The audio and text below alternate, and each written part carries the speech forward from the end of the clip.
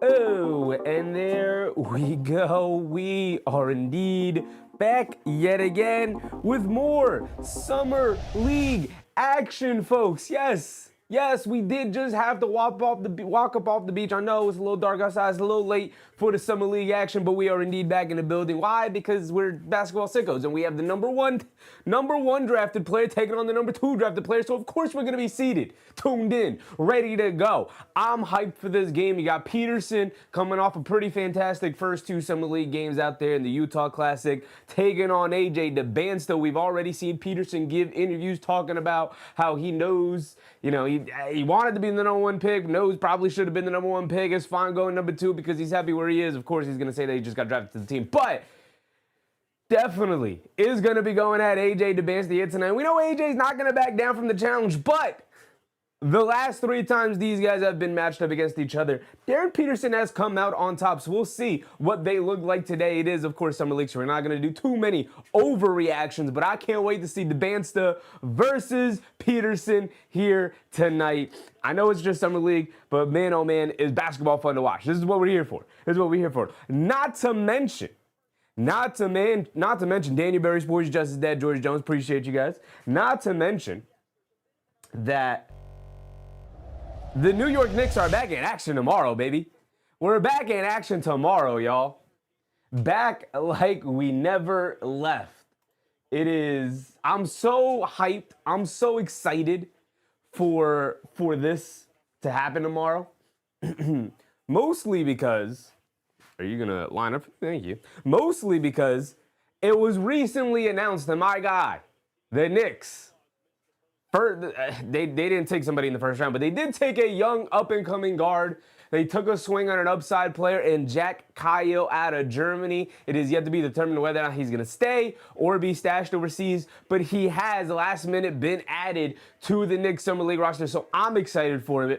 Della Marie, what's up, Della Marie? What's up, champ? Fellow champion Della Marie, appreciate you. Of course, we're going to be rocking the championship gear all summer long, all into next season as well. The championship gear is not going anywhere. We didn't buy it just to sit it over in the closet and do nothing, right? So we're gonna be wearing it all summer long, all season long, because the New York Knicks are champions until proven otherwise. Judge, that's it. Reigning, defending, and current NBA champions, New York Knicks. Talk about it. Let's talk about it. But before we get to the New York Knicks game tomorrow at 6 o'clock, let's get to the primetime action. That is Peterson taking on Dybansta. Here we go. Jazz taking on the Wizards. 2 lowly teams finally getting the high lottery picks. Hopefully they needed to drag themselves out of the doldrums here. We'll wait until this pops up properly, but for now, oh, here we go. Starting lineups here, you got Peterson. That's all we care about. We got Cody Williams in there too. Ace Bailey is yet to make an appearance here. We got Dybansta, and that's all we really care about. Trey Johnson, Will Riley, Jameer Watkins, Shore, Okpara. Like all these guys got an opportunity with the Wizards last year, but we are, of course, here for Dybansta as the Utah Jazz win the tip. Here comes Peterson bringing it down, being guarded by Jameer Watkins, a really good, solid defender. And Peterson turns it over immediately. And now here comes Dybansta pushing the other way. He's losing his handle, but he's just going to bully his way to the basket, put up a floater, can't get it to go. Was looking for the foul, didn't get it. Peterson with the rebound, bringing it down against Watkins, applying some really good full court pressure. Comes off the screen, pull up 3 over the big man, comes up well short. The Utah Jazz big man running the court, able to snag the rebound, gets fouled on his way going up. And he will be going to the free throw line for 1 free throw. Remember, the free throw rule change. Everybody's shooting 1 free throws now, and then the amount of points you get awarded is depending on where you were fouled. So this young man going to the free throw line, Robinson going to the free throw line for 1 free throw for 2 points. And he knocks it down for the 2 points to open up our game here. Scoreboard, what's up, Scoreboard? Appreciate you, brother. And a foul out on the perimeter. Who is that? Cody Williams picks up the foul. I believe that may have been Trey Johnson trying to handle it out there. Here we go. They get it into Dybansta.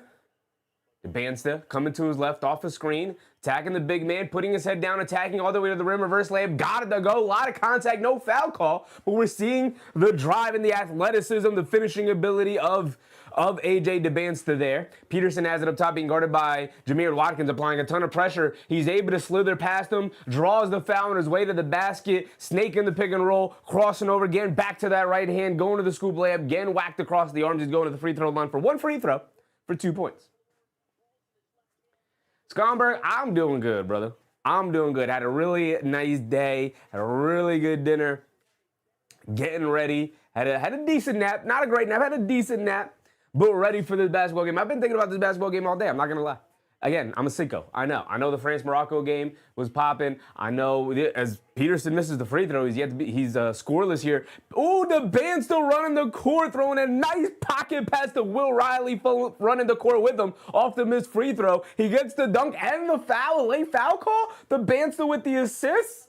They were talking about his inability to really read the court. And here in transition, throwing a nice pocket pass in between multiple defenders to get Will Riley an easy transition dunk. Good job from Will Riley to run the court as well. And he gets the and one free throw to go down. We're 9 minutes to go here. Cody Williams bringing it down, picks up his handle. A lot of pressure here from this Wizards defense. Cody Williams driving it down, loses the handle. Here come the Wizards pushing it. Trey Johnson head down, going to the basket. Coming off a decent rookie year, comes up short but gets the friendly bounce as he gets it to drop down. We're looking at Will Riley. We're looking at Trey Johnson. Of course, we're looking at AJ Dybansta here for the Warriors. Peterson. Oh, we got Jamir Watkins leaning a little bit, but he can't get the step back three to go down as Watkins comes up limping, holding on to his knee a little bit. Want to talk about getting crossed over there. He's hobbling a bit. Trey Johnson, ooh, silly dancing with it. Oh, step back three for Trey Johnson. He's cooking early here. It's 10-2 early into this game, and Peterson bringing it down. Jamir Watkins has to use a foul. He's got to limp off the court. He can't even stay on it right now. That's not a good sign for the Washington Wizards. Jamir Watkins, decent, nice young player. They're trying to see what they have in him. But Trey Johnson, their lottery pick from next year, again, busy off the step back three, looking good, looking smooth. We've seen some nice plays from AJ Dybansta, Will Riley running the court, again, the and one dunk. A lot of nice things we're seeing so far. DB, what's up, DB? Here come the Utah Jazz. Pocket pass to the big man, little mid-range jumper, banks it in, didn't look pretty, but he got it to go down. I believe that was Robinson again. It was indeed. He's got the first 4 points here for the Utah Jazz. And now here comes Riley pushing the pace over to Dybansta, who has it up top. Dybansta looking for a screen, coming to his left, off the big man screen, and gets hit by Robinson, who is hedging out hard. AJ Dybansta able to sell the foul call there. Kinahara, what's up, Kinahara? Just that's at Warriors Pods on the coverage for an interview last game. I know you saw it. I did not see it, brother. I did not see it. Bailey versus Carrington, let's get it. I don't think Bub Carrington's in this, and neither is Ace Bailey. The big man Robinson knocked the ball into the backcourt, but the Wizards able to recover. Here comes Will Riley, step back, mid-range, fall away, well contested, can't get it to go. The Wizards the offensive rebound, they kick it back out to Johnson. Johnson pump fakes, blows past the defense, down the lane, lefty layup, got it to go for Trey Johnson. Looking smooth out there for the second year guard wing, going into year two with the Wizards there. Lottery pick from last year. Cody Williams up top, gets his jersey grabbed by Will Riley out on the perimeter. There's Wizards defense trying to apply a lot of pressure out there. Robert Kling, what's up, Rob? Sconbrick said a nap is a great thing, I think. I truly think this year will be a repeat for us. I hope so. Our second offensive set will only get better as the year goes on. Mo will play a nice part this year. I hope so. I hope so. Ball gets knocked out of bounds. It's going to stay here with the Jazz. Dybansta trying to argue it was off of Peterson. Unless they give it back to the Wizards here. Now they're going to keep it here with the Jazz.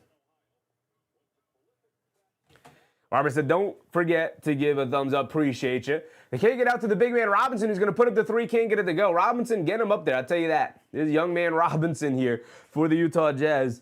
Pretty much their whole offense right now. Trey Johnson has it up top, sees the double team, crosses over, beats the double team down the lane. Ball knocked out of his hands, but a foul is called. I was about to say doing a little too much there for Trey Johnson, but he lost the ball because he was grabbed and raked across the arms. And so it's going to be side out of bounds here for the Washington Wizards. Kennard said, very hard to repeat. I ain't counting on it. Knicks and 4 until proven otherwise, brother. Prove to me that you could beat the New York Knicks in a playoff series, and then I'll truly believe it.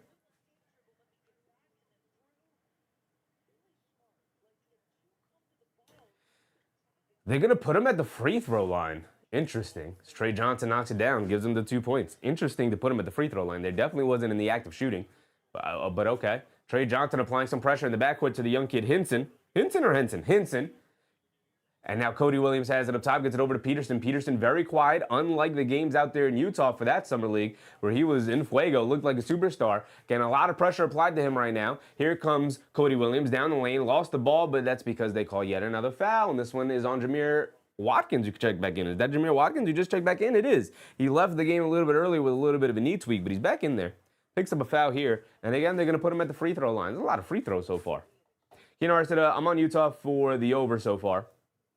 I mean, it's looking decent. They've definitely been sandbagging the last couple of years. They could have been decent if they wanted to, but they wanted to lose to get as high of a draft pick as possible. It finally paid off this year. The league finally rewarded them. And they were like, fine, here's your lottery pick. Here's your top 3 pick. Fine, here, take it. Geez, stop tanking, please. So they should be good. Now, they did lose their starting center in Walker Kessler, but I think they'll be able to patch it together. They're a big team anyway. They traded for Jaren Jackson Jr. They're going to rely on some Yusuf Nurkic, who quietly had a decent season last year. Not a great season, but a decent season last year. They got Filipowski in the back developing, so they'll cobble together some big man lineups that are solid. But of course they got Lauri Markkanen.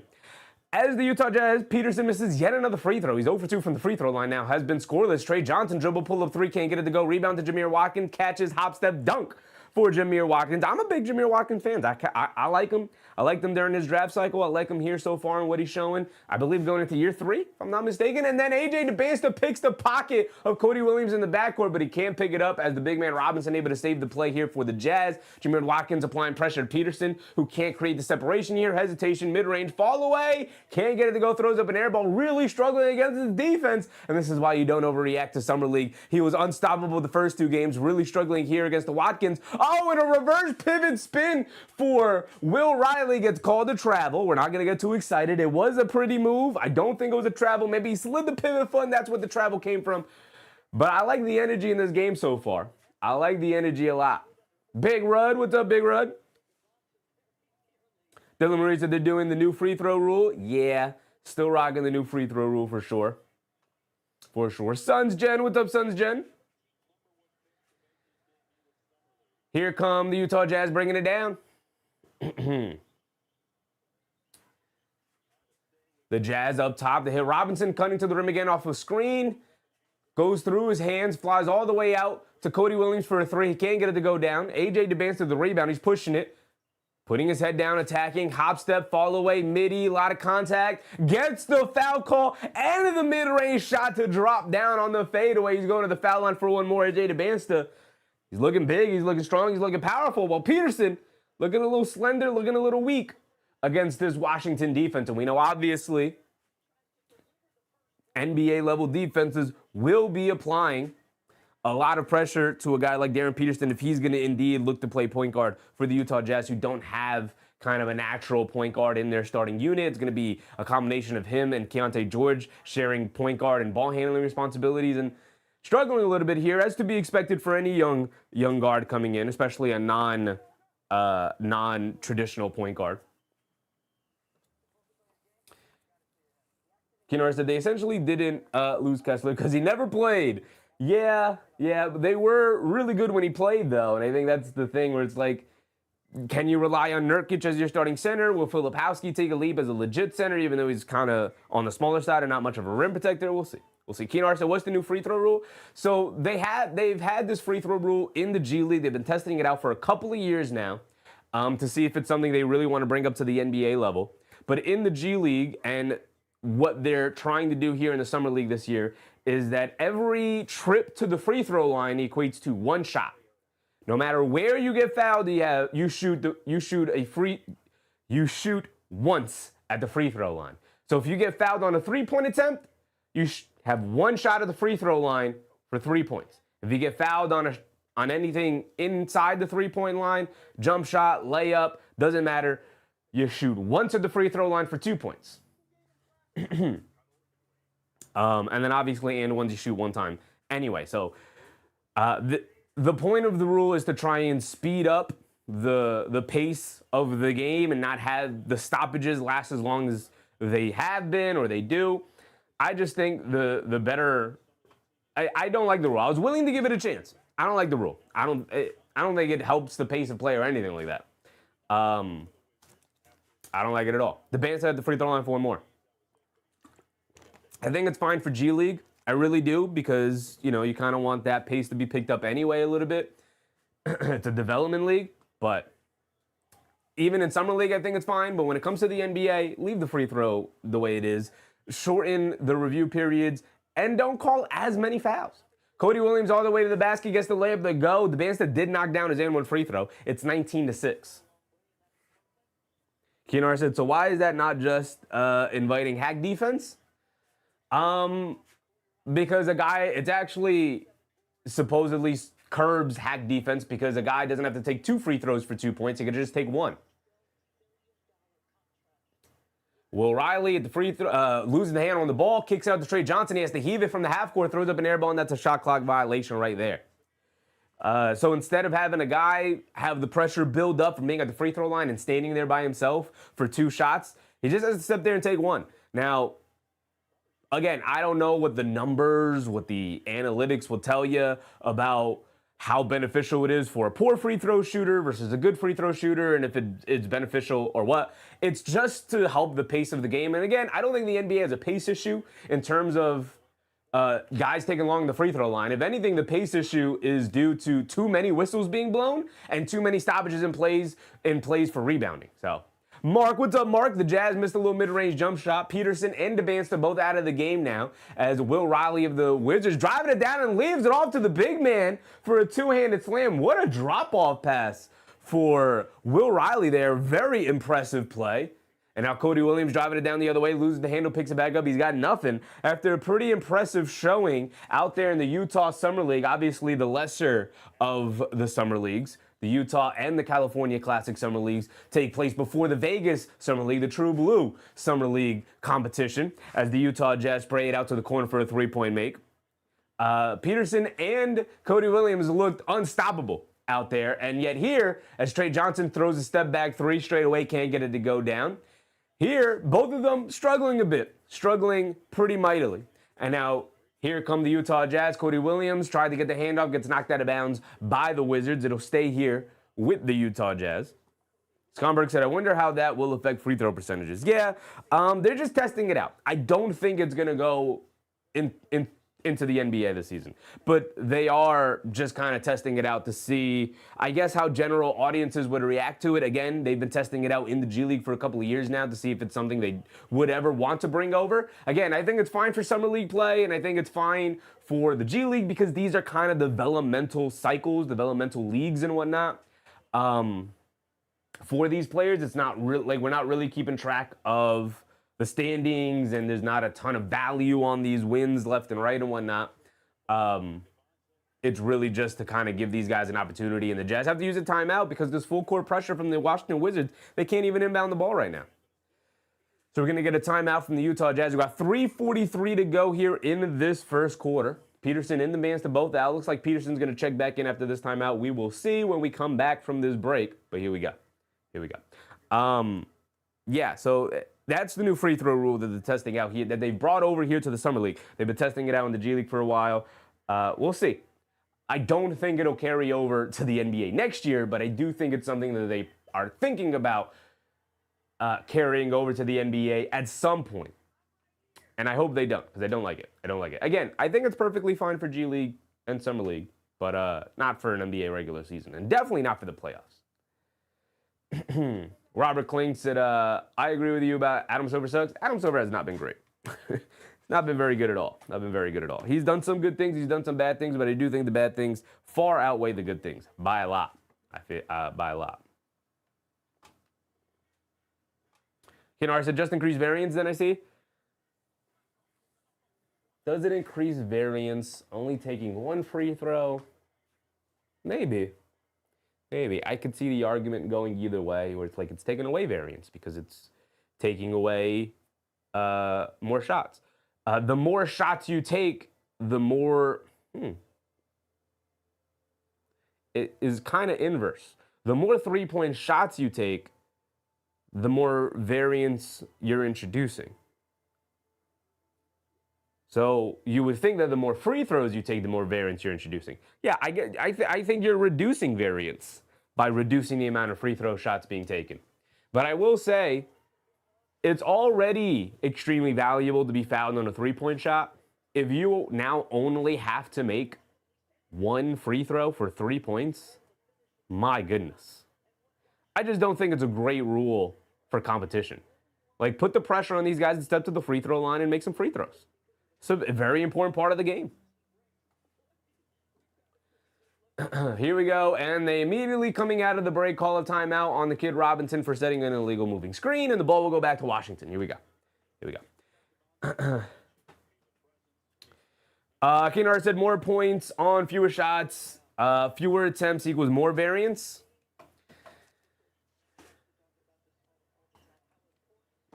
But more 3-point attempts creates more variance. But I guess because free throws are technically only 1 point, but with the way it changes the way the relationship. AJ Dybansta, the fall away mid, can't get it to go. Making free throws worth more per shot, I'm not sure how it would impact the variance. If you have more of something, I get what you're saying, because statistically it makes sense that the larger the sample size, the more it would occur, whatever it is. So like if a guy's an 80% free throw shooter, if he shoots 100 times, statistically, he would make 80 free throws.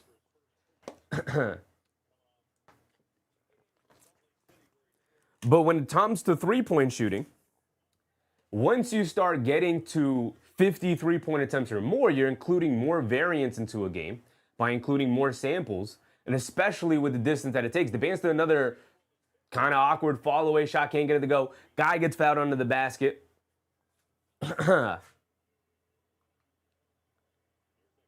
Scumberg said, I think it would favor people who have trouble with free throws. Robinson could benefit. Yeah, I think a lot of people. Here's the thing. It exists. We could look at the G League numbers and whatnot to see how it impacts poor free throw shooters and good free throw shooters, and how it impacts a team shooting percentage in terms of the variance and whatnot, and what they shoot in the league. The relationship of what it's worth, as the Wizards missed the free throw, we've been stuck on 21-9 for a while, and now another moving screen on the Jazz here is going to give the ball back to Washington. Jameer Watkins fighting through these screens. The relationship to the variance is almost directly related to what the shot is worth, right? So the reason why 3-point shooting is such high variance is because it's worth more, and the distance it takes to shoot it. Now, the distance to 3-point shooting, just because the 3-point line is however many feet away from where you shoot it, corners are shorter than straight away, obviously. A pull-up 3 for AJ Dybansta gets blocked. He's kind of just letting it fly right now. I don't love the shot selection from Dybansta here. It's an interesting conversation. It's just, as Dybansta gets fouled, are they going to count that? Are they going to count that? He got fouled going to the basket. Again, he's doing a lot of ball in, a lot of shooting, but that's kind of what you're expected to do here if you're a high lottery pick. He got blocked. He's got a low shot, and it's going to lead to a lot of blocks in the NBA. He's got a low load up and release point in his jump shot. It's going to lead to a lot of blocks. He's going to have to clean that up as he gets older. He's going to have to raise that release point for sure. For sure. Kennard make the ball game come down to one shot for all the marbles. Humongous variance. Way more luck. You miss, you lose. Sure. But it's an inverse relationship to 3-point shooting. But that's also because 3-point shooting is worth 3 points every single time, but it's also related to the distance in which you're shooting it from. To your point as well, though, if you're changing how many points a free throw is worth, where it used to just be worth 1 point because it's a free shot at the basket with nobody guarding you, if you're changing how much it's worth, it's going to change the relationship teams have with shooting those shots. But again, as Peterson throws a lob to the big man Robinson, finally he got one to go down. He made a good play finally. As Dybansta, they didn't count his and one layup. And he missed the free throw, so no points that way. So we're still stuck at 21. But the Jazz just scored. Peterson gets it, throws up the floater. He was out of bounds when he caught it. It was a really helter-skelter, ugly game here.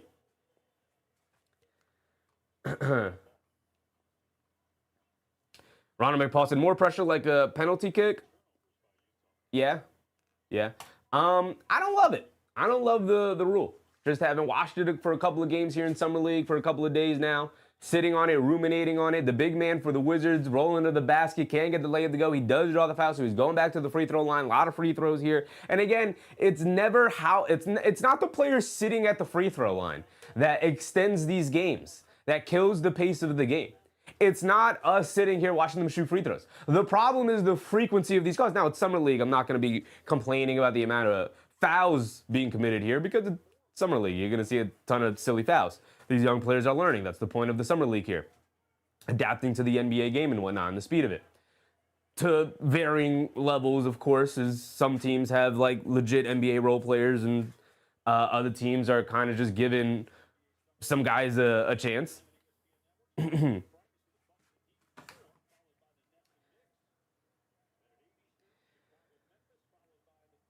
So the Wizards have the ball back. Dybansta, of course, is going to get it up top. He's being guarded by Cody Williams. Coming to his left. Driving it down. In the lane. Puts up the layup. Got it to go. He's at his best when he's getting downhill. And now here comes Darryn Peterson bringing it down. Peterson has it up top. Coming to his left off the screen. Leaning in. Trying to create space. And a foul is called on the guard. Trying to stick in front of Peterson.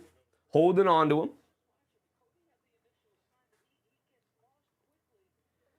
Kennard said, only increased variance, everything else unchanged. But everything else isn't unchanged. The amount of points every free throw worth has changed. As Peterson knocks down his free throw for 2 points. It's a 10-point game. 1:10 to go here. Dybansta has it up top. Those were Peterson's first points of the night. Dybansta driving it down, sees two, kicks it out to the wing to Watkins, pump fake jab step, coming to his left, blowing past the defense, gets blocked out of bounds, bodies crashing all over the place, and the ball is going to stick here with the Wizards, knocked out of bounds by the Utah Jazz. Good defensive play from them.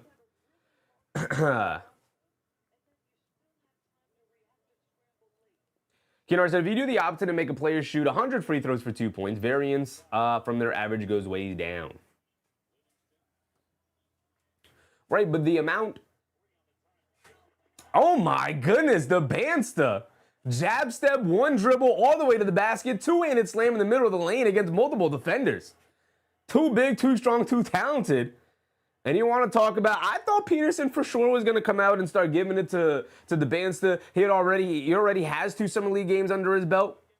He's been hooping out there in Utah. He comes out here to Vegas.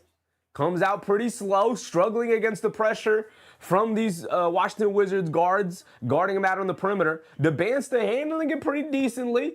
He's been a little loose with his handle as well, as Peterson's back at the free throw line for 1 free throw for 2 points, and he misses yet another one. And now, rebound by the big man for Washington. Dybansta bringing it down, spins off the defender, Euros down the lane, draws yet another foul. He's going to the free throw line for possibly 2 more points here. Robert Klink said, the player should take only 10 free throws. After that, take the ball out of bounds.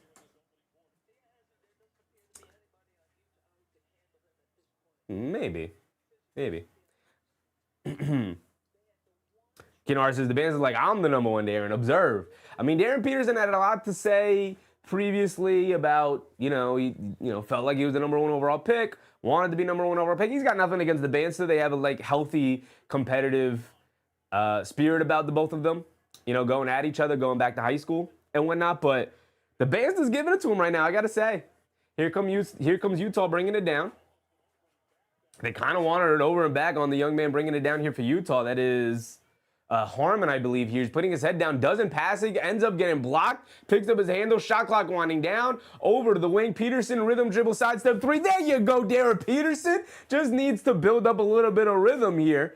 He is coming over from Utah, flying down there to Vegas. Not to give him an excuse of travel, because that's what you're going to see on the NBA night, in the NBA season on a night-to-night basis. You're going to be traveling, brother. You're going to have to find a way to get into the rhythm. He was off rhythm all first quarter long. He finally knocks down a grenade here with under 5 on the shot clock, receives the ball, little sidestep, step back, right wing three, got it to go down finally. First made basket of the night. Let's see if that gets him going for the rest of the game. They get it into Peterson. He's going to pump fake, another rhythm dribble, sidestep three. Can't get that one to go, but it did look pretty good off the side of the rim. And then an offensive rebound and put back from the Harmon. That's not Harmon. From a Utah Jazz player. That was Alexander, I believe. No, that was Harmon. That was Harmon right there. And now here comes Dybansta. Pushes off a little bit, creates some space, three at the buzzer. Can't get it to go down, but that'll be the end of our first quarter right there. 27-18. 27-18. We got some fun plays from Peterson and Dybansta there. Peterson finally knocked down a shot with the little step back three. Got to another one. Couldn't knock it down out of the corner. Was right on line. Just slightly too strong off that back rim. And then Dybansta, a couple of explosive plays going to the basket. He is taking 9 shots already. He's getting them up there. This is what Summer League is about. Take your shots. I know I saw a lot of people come at Acuff a little bit. If you guys didn't see the Kings rookie, Darius Acuff, out there in the Los Angeles Summer League before the Vegas one. He had, or maybe it was the Utah one, either way. The Kings, no, it was the California one, Sacramento in California. Acuff had taken 29 shots. And let me tell you something. You know what he's going to be doing a whole lot in Sacramento during this new rebuild era that Sacramento is now in? He's going to be taking a whole lot of shots. So Darius Acuff in Summer League taking a whole lot of shots makes sense. He had 25 points on 29 shot attempts. So obviously that's not good efficiency at all. As a matter of fact, that's pretty poor efficiency. But get them shots up. Work out the kinks. Get a feel for NBA pressure defense. And obviously it's Summer League. It's not one-to-one translatable. We've seen guys have phenomenal summer leagues and never really blossom in the NBA regular season. We've seen guys have really poor summer leagues, Jalen Brunson, and blossom as really great players in the NBA. So we're not going to overreact too much, but boy, oh boy, we're going to have fun. And we know Peterson and Dybansta are at bare minimum going to be good NBA players. We'll see about the stardom of these guys. Peterson definitely looked like a superstar first 2 Summer League games. So far here tonight, struggling a little bit with the physicality and the pressure that they're applying to him right now. He's 1 for 5 from the field. We'll see if he can pick it up here. Dybansta in his first Summer League game, he just subbed out, but he's got 11 points on 9 shot attempts. Looking good, looking solid, looking aggressive. I like to see it. I like to see it. Scoreboard said, I do have questions for HVAC, but but I do get what you're saying. Let's see what they do. It'll be interesting. It will be interesting. It will be interesting. Here we go. Utah bringing it down. They get it into the big man. Robinson misses a little push shot in the paint. Who do we have out there? Do we have Peterson? We do have Peterson out there. Let's see what he's got for us. Dybansta takes his first rest out of the game. I don't know. Second rest either way. Start of the second quarter now. Trey Johnson is back in for the Wizards. He picks up his handle. Tries to get over to the big man. Finally gets it out to him. They swing it out on the wing. 1 dribble pull-up 3. Can't get it to go down. Ball hits the deck. But Robinson for the Jazz able to pick it up. This kid Robinson all over the place. Touching the ball. He's got 6 points and 2 rebounds here for the Utah Jazz. Peterson has it up top. Being guarded by either Trimble or Richmond here. One of these 2 young men. They tried it. Peterson cutting back door. He takes the bump. Can't get the finger roll finish to go down. Got to absorb that contact and finish, brother. He's going to have to, put some more muscle on. Get stronger in the base there. You got to absorb that contact and get the finish. Got bumped off his track before the pass even got to him. They didn't call the foul. And then on the other end, they just push the ball down the court, throw the lob to the big man. He gets it to go down. Peterson has it up top. He doesn't have a lockdown perimeter defender on him right now, but the young man on him doing a good job. Now Peterson off the handoff coming off the screen. Gets to the foul line floater. Got it to go down for Darryn Peterson. He's got a nice soft touch about him. On these interior shots, whether it's mid-range shots or paint shots. Now here comes Will Riley bringing it down the other way. He spins off the defender in Cody Williams. Tries the Euro into the paint. Able to absorb the contact. Gets blocked at the rim with the lefty layup, but he will go to the free throw line for 1 free throw for 2 points. Scoreboard said, prediction time. Who from our rookie class will be the breakout? Let's include all our G League class as well. Our rookie class, we have 2 rookies. Jack Kyle, who is on the Summer League roster and will be playing Summer League for the Knicks tomorrow, 6 o'clock Eastern time. We will be there, of course. And Tyler Nickel. Tyler Nichols is probably more NBA ready right now, but Jack Kyle does have possibly a higher ceiling at 20 years old. So we'll see. We'll see. Peterson has it up top. Off the made free throw for Will Riley there. Peterson coming to his right. Step back, right corner, deep three. Can't get it to go, comes up short. But again, right on line. They're good-looking misses. Now they're misses, so what do you do with that? But they're good-looking misses. Everything's right on line. It's all squared and lined up. It's either just slightly long or slightly short for Darryn Peterson right now, which is a good sign as a shooter. It's a good sign. They get it into Cody Williams, who pump fake, shoves it back over to his Jazz teammate, and that is Bates. I believe that's Bates right there with the layup for the Utah Jazz. 31-22, Will Riley has it up top, crosses over to his left. As far as any of the G League guys, I don't think any of the G League guys will be breakouts, but we'll see. That's what the G League is for. Figure out what you got, right? Give these G League guys a true blue opportunity. Will Riley gets caught in the air and ends up turning it over. A traveling for Will Riley. 7:44 to go. 7:44. TT in the morning. What's up, TT?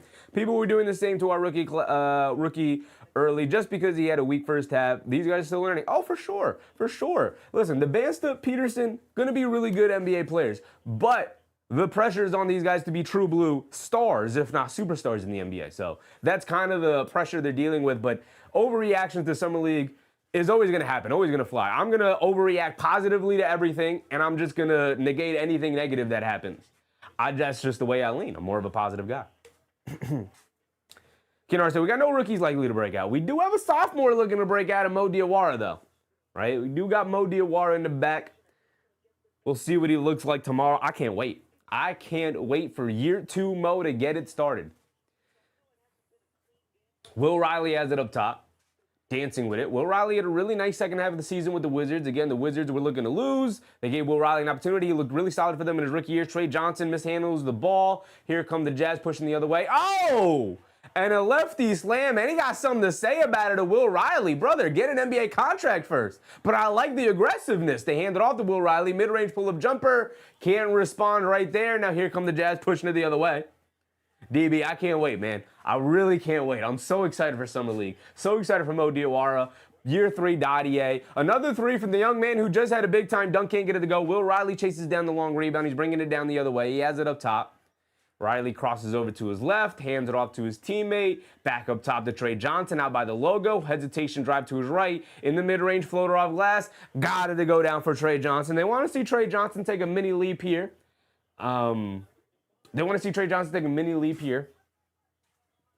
high lottery pick is Peterson just mishandles it, dribbles off his own leg, and it goes out of bounds. You want to see it. We all want to see Trey Johnson take a mini leap here. 5th overall pick, right? 5th, I believe. 5th or 6th overall pick for the Washington Wizards last year. And their last year's lottery pick. Had an okay rookie year. More of a shooter. You want to see him have, Euro.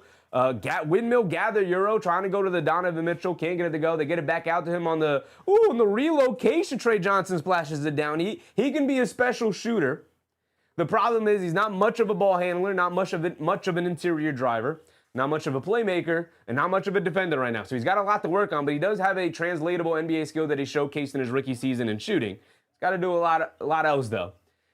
The Utah Jazz misses a 3, but they get the offensive rebound. Cody Williams gets in the middle of the lane. Little one-legged follow-away jumper, can't get it to go. Battle for the rebound. Good job from the Wizards big man to secure that rebound. Okpara. And now here comes Will Riley pushing the other way. Rhythm dribble, pull-up 3 in the left wing. Comes up well short and wide right. Rebound by the guard. They get it back to Will Riley. Can't get the layup to go, but he does draw the foul. Robinson, who's been hacking and whacking away so far here tonight with 5:30 to go here in the second quarter. Let's get it going. That's AJ Dybansta is going to be the talk of the town this year for the Wizards. Good to see. I mean, he hooped in that first quarter. Let's see how the rest of the game goes. I'm high on Dybansta. I'm high on Peterson. I'm high on Boozer. Yeah, those 3 I think are true blue. Those are the top 3 guys, and I think for good reason, because I think all 3 of those guys are at worst going to be really good NBA players, if not stars or superstars. Where you started to get me a little okay, we'll see how this one works out. I know a lot of people said it was a top 4. They threw Caleb Wilson in there too. We'll see what Caleb Wilson looks like. I'm just wondering where his offensive game is going to come from. He's going to have to develop a much more well-rounded offensive game for me to fully hop on the bandwagon of Caleb Wilson. Dybansta 11-4-1. He was hooping, man. 11-4-1. He was hooping. DB said, I hope we get Diabate so we can get Mo connection. We'll see. The Knicks definitely look like they're primed to make a midseason trade for a backup big at some point. I don't think they're going to be comfortable going with Drummond into the playoffs. I don't think they're going to be comfortable. They don't even have a third-string center on the roster right now. My assumption is that they'll probably bring back Sohan. I really hope they don't bring over Jonas Valanciunas. Shout out our guy Chichi. Jonas Valanciunas might finally be a Knick, and Mitchell Robinson will no longer be on the team, and Jonas Valanciunas might. If that happens, I'm going to lose my mind. I'm not a fan of Jonas Valanciunas. I don't think he's an NBA-level big man rotation player at this point. There's a reason why the Denver Nuggets last year decided to go to Spencer Jones as their backup center and just went with a small ball lineup rather than go to a healthy Jonas Valanciunas. So, you know, I'm good on that. I'm good on Valanciunas. DB said, but you made sense about his contract. This might be a midseason acquisition. It might be a midseason acquisition. We'll see. You know, they might just take the risk, and they might just say, we'll go over. The contracts will change next year. Guys are up for contract extensions, so they can sign guys to favorable contract extensions, give them a little bit more breathing room, maybe sign them to a much more favorable extension than Mitchell Robinson getting $15 million a year. We'll see. I think that's just kind of the issue right now is the whole contract situation with them not wanting to go and the owner not allowing them to go, even if they wanted to, not allowing them to go into that second apron. So. Just that said 14 on 9 shots with that dunk, though. Yeah, I mean, I don't really care about efficiency here in Summer League. We're here to see hoops, right? We're here to see guys go get baskets, go get buckets. So, Will Riley knocks down the free throw for his 2 points. In 8 minutes, yeah, in 8 minutes for sure. Scumberg said, has Darryn signed with anyone yet? He has not. I'm not saying for us, though. There are some stars still available for the rest of the league. Yeah, he's a restricted, though. So, as one of the Jazz players gets fouled going to the basket, he'll take 2 free throws. They're too busy interviewing Trae Young to even really show us the game. But we're going to get a free throw here. I said 2 free throws. We're only going to get 1 free throw. Dybansta's back in the game, so that's a good sign. Is Peterson still in? Peterson is subbed out.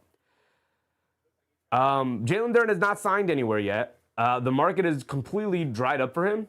Detroit said they have no interest in doing a sign and trade, and there's nobody available for Jalen Darryn as the Jazz missed a corner 3, loose ball, and a foul is called on the Jazz. The ball will go back to the Wizards here. There's nobody available to give Jalen Darryn the contract he's been looking for. And so the risk that the Detroit Pistons took, which was allow him to go scan the market and see if he can come up with something, see if he can get a team to sign him to a $45-50 million a year contract. Nobody did. Nobody bid on it. The Lakers were his best option. They did not offer that to him. Instead, they went after Walker Kessler. The Pistons have come out and said that they have no interest in signing and trading him. So that option seems to be out the door, and they would be willing to match any offer sheet he gets. The problem is no team has cap space anymore, I believe. In order to offer him that, a team would have to make some trades in order to open up the cap space in order to sign him to an offer sheet. But at this point, it just seems like he's going to have to take whatever offer sheet the Detroit Pistons are offering him, which seems to be somewhere between 30 and 35 million a year, which for him, he was looking at 40 to 50, like in that range. Dybansta, beautiful move to the rim, going to his left hand, draws yet another foul. Back to the free throw line he goes. Detroit got John Collins. They did get John Collins. Sons Gen said, good centers don't exactly grow on trees, which is why losing Mitchell Robinson breaks my heart. You're absolutely right. You're absolutely right.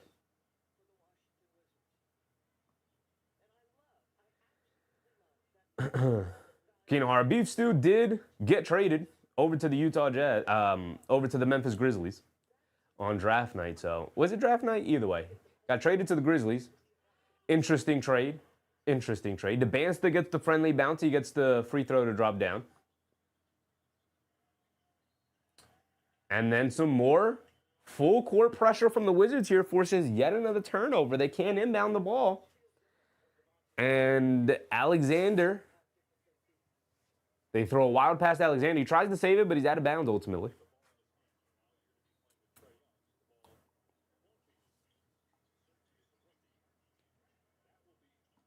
They get it into Riley. Riley gets it out to Dybansta. Dybansta has it up top. Dancing with it. Dybansta, they're giving him all the space in the world. Driving to his right. Bump all the way foul line. Can't get it to go. The bench was ready to get up and cheer for him, but he just came up short on the little fall away out of the mid-range. Nice move, though. Now here comes Alexander, bringing it down, picks up his handle, got nowhere to go. Saves it over to Obmus, I believe this is for the Jazz, dancing with it against Watkins, swings it over to the wing, fakes the handoff, keeps it, drops it off to the big man, and Robinson gets the two-handed slam. And it's 40-26. Utah really struggling offensively here. Washington just kind of floating around, getting what they get. Dybansta, right wing three, comes up well short. And a foul on the Jazz. Ball's going to stay here with the Wizards, it looks like. Foul on the Jazz, foul on Obmus. The Lilliputian point guard.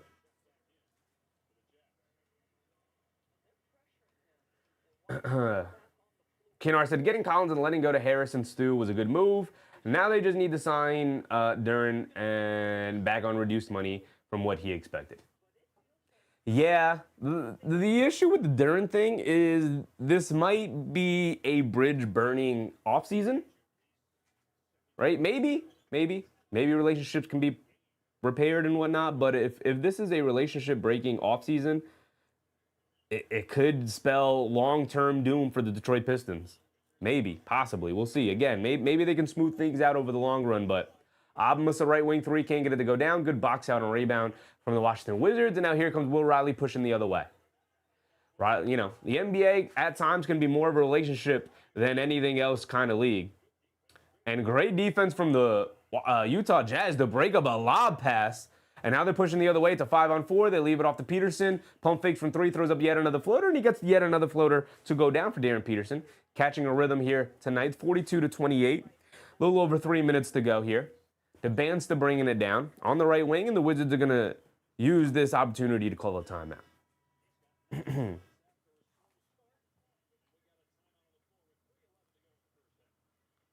We got 3:11 to go. Perfect.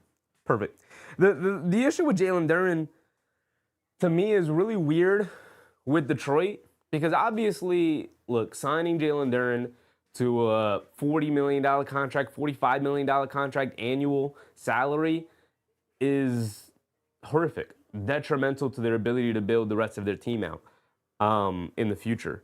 Him making that third-team All-NBA really bit them in the butt.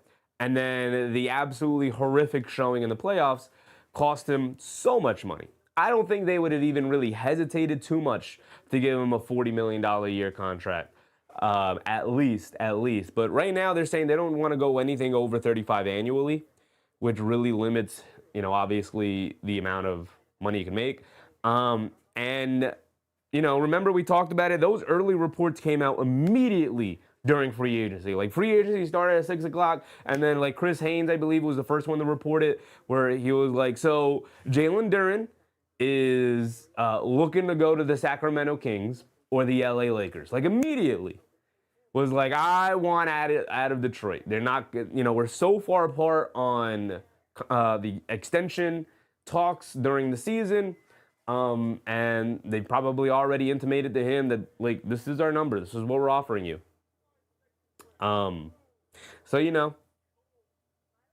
that relationship is damaged.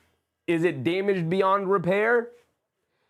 Time will tell, because I think it's very clear, again, all the options have dried up for Jalen Darryn. If the guy wants to make $40 million a year, he ain't getting it from pretty much anybody else unless Sacramento can start shedding salary like crazy, which maybe that's the plan. They got DeRozan out the door. They traded the young guard, Devin Carter, who I actually really liked.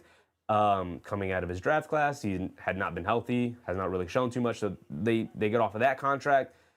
The only other way to get Darryn those with a sign and trade with Sabonis, and the Pistons have already said, we have no interest in Sabonis, we have no interest in signing trading Darryn. So he's going to end up back on the Pistons, but under what circumstances, right?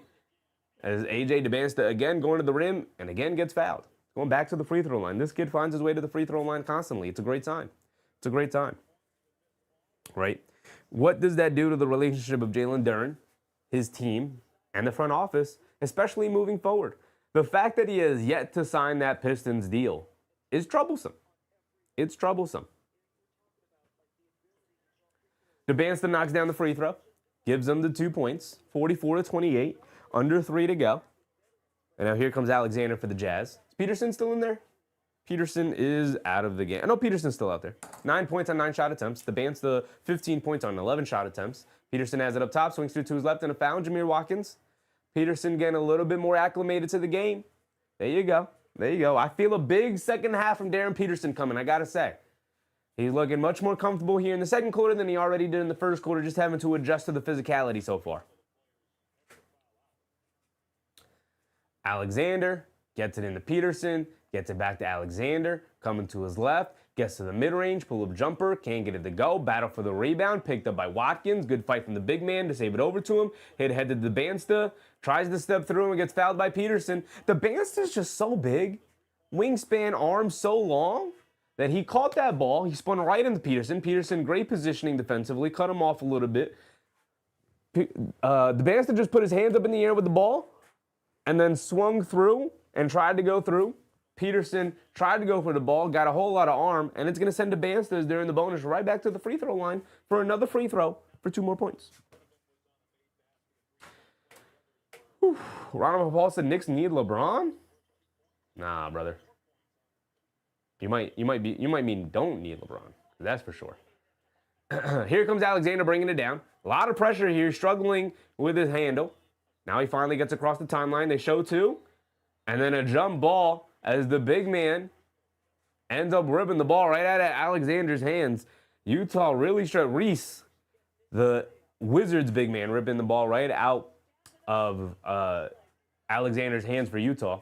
The guard trying to bring the ball down the court here.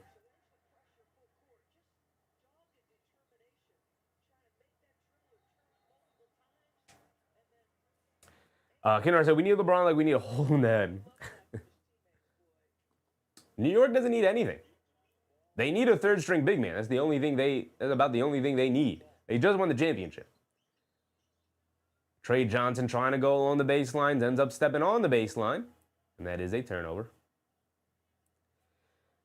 And now here comes Peterson bringing it down. Dybansta knocked down that free throw, by the way, to give him 17 points on 11 shot attempts. Look at the efficiency going up there.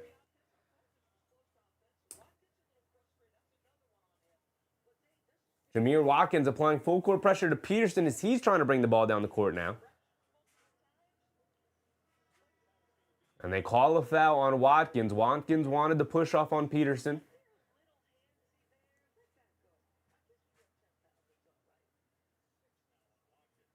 Scoreboard said, do we have an open roster spot? We have one open roster spot. They don't need to fill it.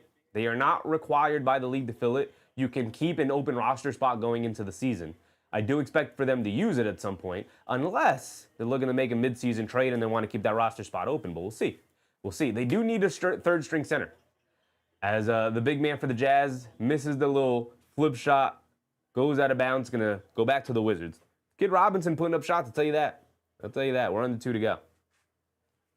Scoreboard said, I'd rather have DeRozan. They're not getting DeRozan. They just re-signed Clarkson. Clarkson's coming back. Here comes Washington bringing it down. They get it to Dybansta. Get out of my way. They're going to run a pick and roll. Dybansta coming to his right. Throws it inside to the big man, Reese. Gathers, goes up, gets fouled. Reese will go to the free throw line for 1 free throw for 2 points. With 1:30 to go. Beer Battered Gummy Shark, what's up, Beer Battered? Have you taken the t-shirt off since the finals? Wearing it 365 days? Now, we've taken it off. We only put it on when we're going out, when we want to meet fellow champions. Put it on for the show, of course. Haven't washed it yet, though. I'll tell you that. Exactly. I would like us to use that spot, to keep that spot and let Leon cook. I would like to get a second string center for Deuce and some second-round picks. And use Drummond as a third string. Yeah, I mean, I wouldn't like to give up Deuce. Hopefully we can get a second string center for a couple of second-round picks. You got to remember, as the Jazz big man able to get to the basket and score, 48-30. Trey Johnson, little mid-range jumper, got it to go. It's a 20-point game. Peterson will bring it down. I'll talk about the Knicks' open roster spot and what they could possibly do with it. What are their options in a second here once we get to halftime. Cody Williams on the pick and pop will fire away the 3. No, knock down the 3. A lot more tenacity and aggression here defensively for both sides in Vegas than we saw in the Utah Summer League. Trey Johnson gets to the mid-range again and knocks it down. Lethal shooter. Catching a rhythm here. Peterson bringing it down. 40 seconds to go. Peterson up top. Gets it over to Cody Williams. Cody Williams coming to his left. Crossing over to his right on Trey Johnson. Putting his head down. Bump down the lane. Draws the foul. Good aggressive move from Cody Williams. Creating the space there. Okay, so the Knicks, they're not... they can go into the season with an open roster spot. I would hope they wouldn't have to trade Deuce, but you might have to trade Deuce to bring in a player. Just because, again, they want to avoid the second apron. I don't know what limitations they have being over the first apron in terms of trading for a guy, but you got to remember as well, Ayo Dosunmu was traded for 4 first-round picks, and Kobe White was traded for a matching salary and 4 first-round picks, or 3 first-round picks, or whatever, or 1 first and 3 second-round picks. So part of the reason why the Knicks made all those draft night trades and trading out of the first round and trading back and back and back and accumulating all these second-round picks was because, as Cody Williams knocks down the free throw, they wanted as many second-round picks as possible to make some kind of midseason acquisition. Peterson against Dybansta here, one-on-one. Pump fake spin. Beautiful move. Can't get it to go down. That jump shot, that turn-away jump shot from Dybansta can't get it to go down, but he's creating the space. He's getting the move off. He's just not getting the shot to go down here. Dybansta versus Peterson there. You love to see it. This is what you want to see, the 1 versus the 2. But he's giving them that same move every time. Looking like a go-to move for Dybansta moving forward if he can get comfortable in that little turnaround jump shot. But yeah, I don't love the center rotation. I've never been a big Drummond fan post Detroit Pistons. Haven't been a fan of him since he was in Philly backing up Embiid. Haven't been a fan of that guy. Personally, in terms of like being a winning player, like I think he's entertaining to watch. But now that he's on my team, we got to win basketball games. So not a huge fan of the Drummond acquisition, and I would lose my mind if they also brought in Jonas Valanciunas to be the third-string big man. Would absolutely hate to see that, personally. I'm not a believer in Valanciunas at all. What I would like to see them do, take a swing on a young big man, if there even is one available, or just bring back Jeremy Sohan as a break glass in case of emergency third-string small ball big. And then scour the trade market, see what you can find in terms of a backup center. I do think they will continuously call the New Orleans Pelicans about the Yves Missi situation. I think it's going to be an interesting season to watch the Pelicans after not doing a single thing to improve their team last year in what ended up resulting in a 26-win season, and then not doing pretty much a single thing to improve their team this year in the offseason. The only thing they've done is bring back DeAndre Jordan.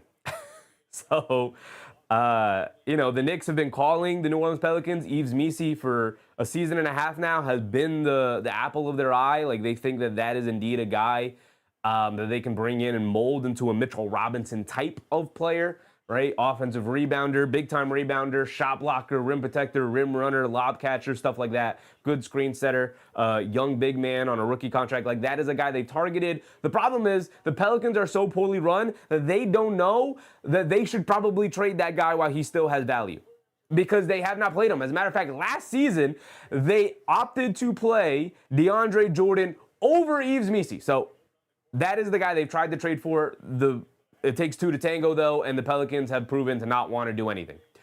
So can they convince the Pelicans to trade them Yves Missi, or do they have to scour other markets? I know a lot of people have also brought up Kel'el Ware, another young big man on a rookie contract that has really intriguing value that Eric Spoelstra kind of gave up on a little bit.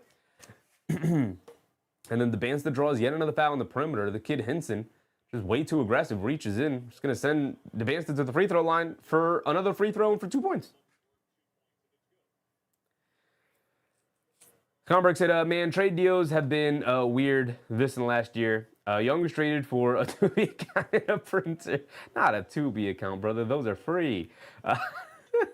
It's got big hauls. Look at the Jaylen Brown trade. Yeah. I mean, it's the second apron. It's the money. That's all it is. Peterson bringing it down. Ooh, fancy dribbling, throws a lob up top to the big man. The lob was off, but a foul is called. It's going to send him to the free throw line for 2. Fancy dribbling and playmaking from Peterson there. It's going to send him to the free throw line for a free throw. They're going to give the free throw to Peterson. Guess he got pushed on the pass, I guess. Yeah, I do think that I think all the moves that they have made have intimated that they're going to be scouring the trade market. We'll see what they get. We'll see what they get. If they can get anything. Hopefully they do. Peterson knocks down his free throw. Dybansta will throw it up. Half-court heave at the buzzer. Way off at the shot clock. But that'll be the end of our first half right there. We got 19 from Dybansta. 18 from Trey Johnson. Quietly hooping out there. 7 for 11 from the field. As far as Peterson goes, 11 points on 9 shot attempts. Not terrible. Struggled in the first quarter. Found a lot more rhythm in the second quarter. Hopefully we get a lot more of an aggressive and fruitful second half for Darryn Peterson, who also quietly has 5 personal fouls. Now, you are allowed 10 personal fouls in Summer League. They don't want anybody fouling out. But he's got 5 in the first half for Peterson. Kennard said they should have drafted Misi instead of Pacom. We knew they wanted him. The thing with the Pacom thing, Kinahara, is the money, right? The reason why they take Pacom Dadier in the first round over Yves Misi is because Dadier agreed to take 80% of the rookie scale contract, which is mostly unheard of. Doing too much with them, doing too much. Normally, you don't have... Kennard said, I know the money. Yeah, but, I'm sure, part of the reason why they like Misi is because they liked him during the draft. But, like you said, unfortunately, it's the money. It's the league that Adam Silver created of you can't keep a team together.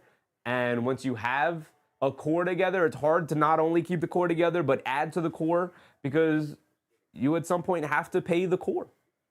You have, us as Knicks fans and the Knicks organization, Leon Rose, all of them are in an extremely lucky situation that their star player, Jalen Brunson, understands the situation that it's in and was like, okay, fine, I'm going to make a lot of money. He's making $35 a year, I believe, for the next 2 years on his contract extension that he signed previously, knowing that that's going to allow us to keep Josh Hart. That's going to allow us to keep Mikal Bridges. Because if he signed what Donovan Mitchell just signed, if he signed that Jaylen Brown extension, if he signed that, the Luka extension that he's at, which he is very much deserving of that money. Let's be clear. He's a max contract level player. If he elected to sign that level of contract, there is no Josh Hart on this team. They aren't able to keep Mikal Bridges. They probably have to get off some of those contracts. They probably trade Mitchell Robinson last season. They don't end up winning the championship because they can't keep that group together. Maybe they lose OG Anunoby. Maybe they have to sign and trade OG Anunoby in his free agency because he does sign for $200 million, right? About $50 a year.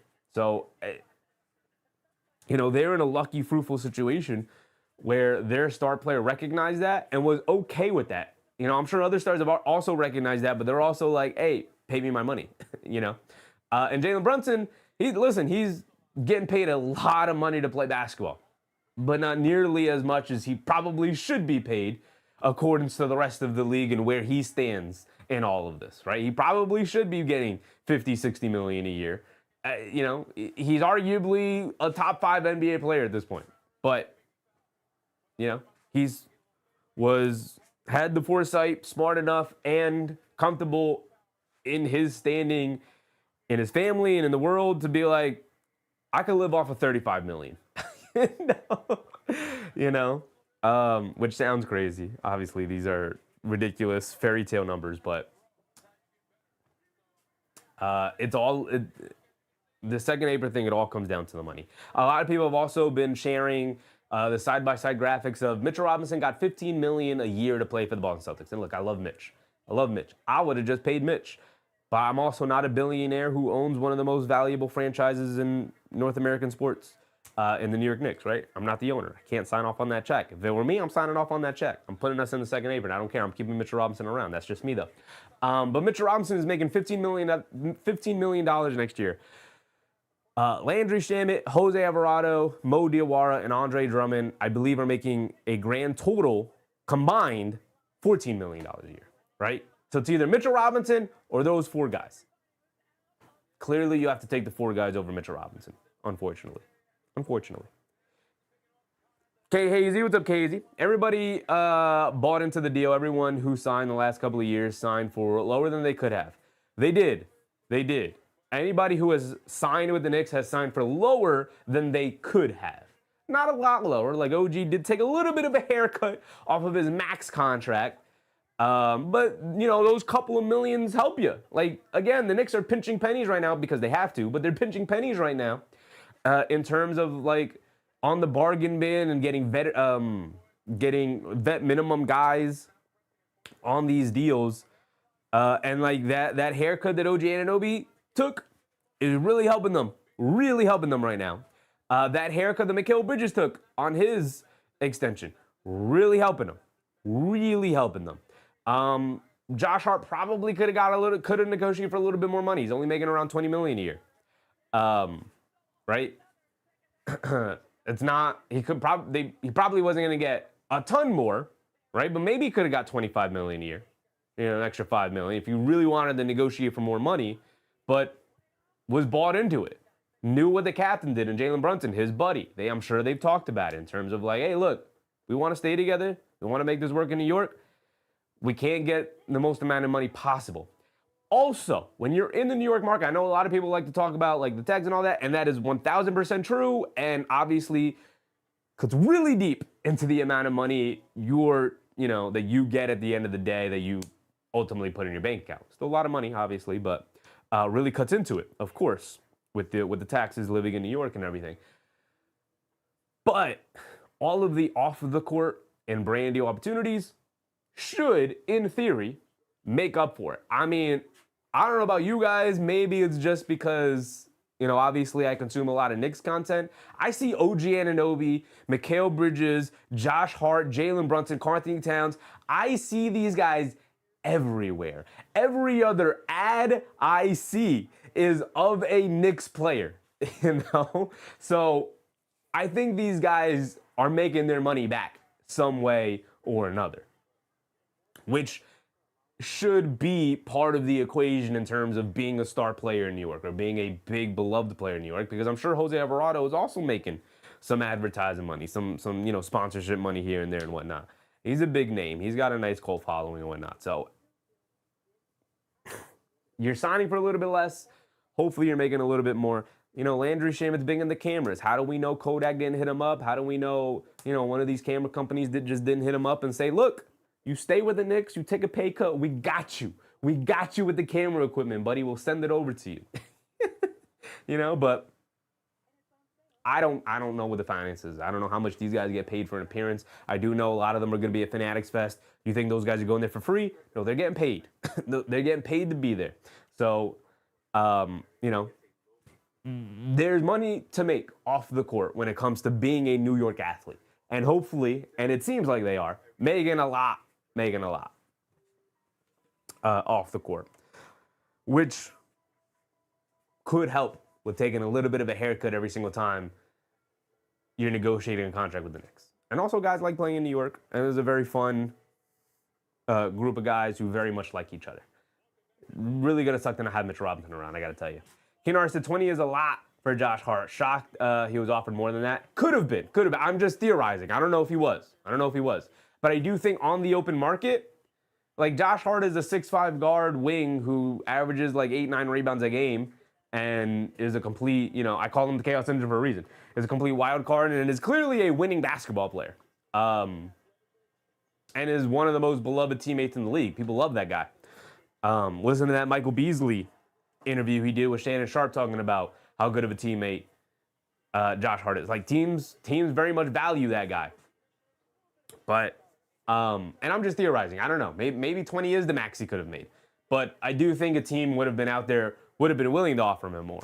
But we'll see. Kay said, as soon as they won, the whole team was everywhere. Shout out Alvarado. Yeah. And I'm telling you, you're not showing up to an event and not getting paid if you're an NBA player, especially a New York athlete. But we're starting the second half here. Peterson has it up top. I'm looking for an aggressive second half from Peterson as he immediately, coming off the screen, draws a foul on Trey Johnson here on a step-back jumper. He's going to the free throw line for one free throw for 2 points. Beer Batter said, if Brown didn't take the pay cut, you would be depleted in depth. If Brunson didn't take the pay cut, yeah. I think you're talking about Brunson. If Brunson didn't take the pay cut, yeah. We probably would have had to trade Robinson a year ago, if not, earlier than a year ago, as Peterson knocks down his free throw. They never win the championship. Maybe they can't keep OG. At this point, they're probably looking to trade Karl Anthony Towns. Just sucks. Dybansta pass fake to the rim, draws yet another foul. He's going to the free throw line as well. So coming out of the halftime break, Peterson gets busy, draws a foul, knocks down his free throw. And now responding is Dybansta getting busy, getting downhill, getting to the free throw line. Kinner said the team that was also very likable, even the whole country, which is flat out shocking regarding a New York team. They are so monetizable. Very, very. Just a good group of dudes. People like them. They're very, very likable, like I said. Very likable group of guys. Dybansta knocks down his free throw. He's up to 21. Peterson up to 13. Trey Johnson not far behind with 18. But Dybansta leading the way right now. Showing everybody, hey, you made the right choice. I am indeed the number one overall player. Peterson down the lane, though. Puts up the floater, draws yet another foul. That one's a little ticky-tack touch foul, but Peterson putting his head down, going to the basket, making something happen. He's going to the free throw line here.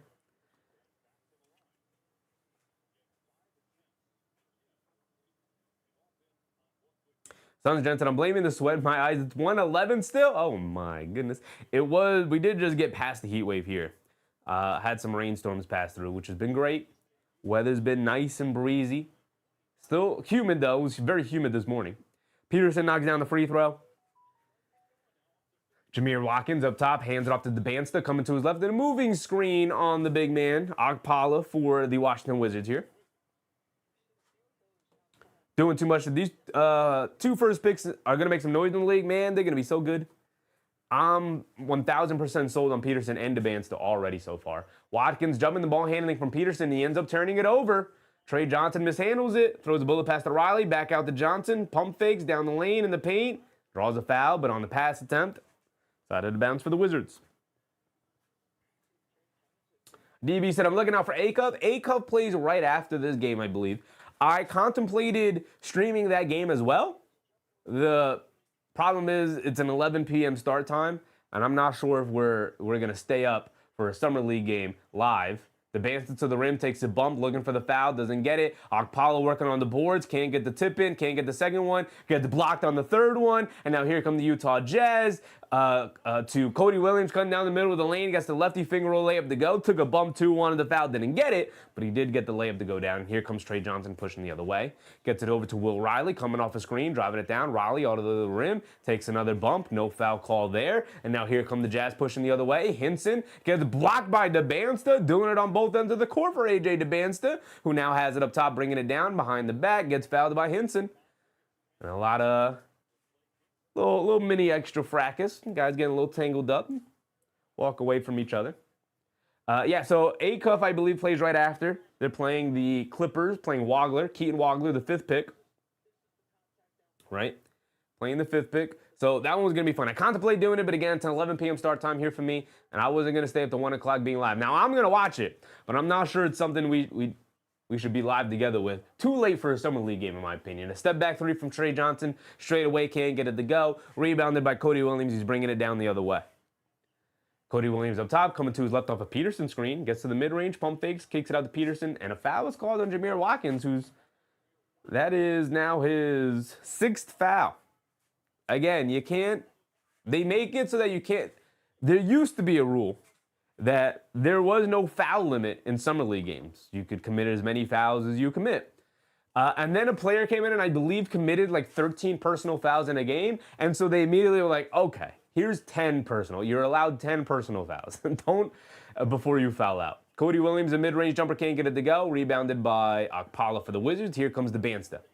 And Jameer Watkins, who now has 7 fouls. 7 fouls for Jameer Watkins. And Dybansta gets the ball knocked out of bounds. It'll stay here with the Wizards. Doing too much said, yeah, man. AJ plays similar to your favorite player, McGrady. I see a tiny bit of McGrady in Dybansta. Tiny bit. McGrady was much more fluid in the way that he moved, but you do see a little bit of McGrady in Dybansta. Peterson and the Jazz get a run out. Peterson with a two-handed slam. Good job from Hinton to poke the ball loose from Dybansta, and they were able to get a run out. We're back to an 11-point game here. Trey Johnson has it up top. Gets it over to Dybansta. Dybansta coming to his left. Pull up 3 for AJ Dybansta. Comes up short. The jump shot not looking great for Dybansta here tonight. A lot of his shots coming up short. First game, of course, of Summer League. 0 for 4 from 3 here tonight. Peterson has it up top. He's not shot it well either. We could rule that to first night here in Vegas playing. Jameer Watkins almost got the steal, but the ball finds its way to Peterson. He's got to throw it up quickly. A grenade almost banks it in. Shot clock gets reset to 14 on the offensive rebound. They get it back out to Cody Williams now. Coming to his right off the screen. Trey Johnson switched on to Cody Williams. Driving right to his chest. Step back mid-range fall away. Got it to go for Cody Williams. You guys don't know, brother of J-Dub over on the Thunder, right? The all-star for the Oklahoma City Thunder, Jalen Williams. That's his brother, Cody Williams, younger brother. Knocks down the step back jumper there. Trey Johnson has it. Gets the ball knocked out of his hands, and now the pressure from the Jazz getting to the Wizards now. Where previously in the first half was the pressure from the Wizards getting to the Jazz, but the Jazz getting some steals here.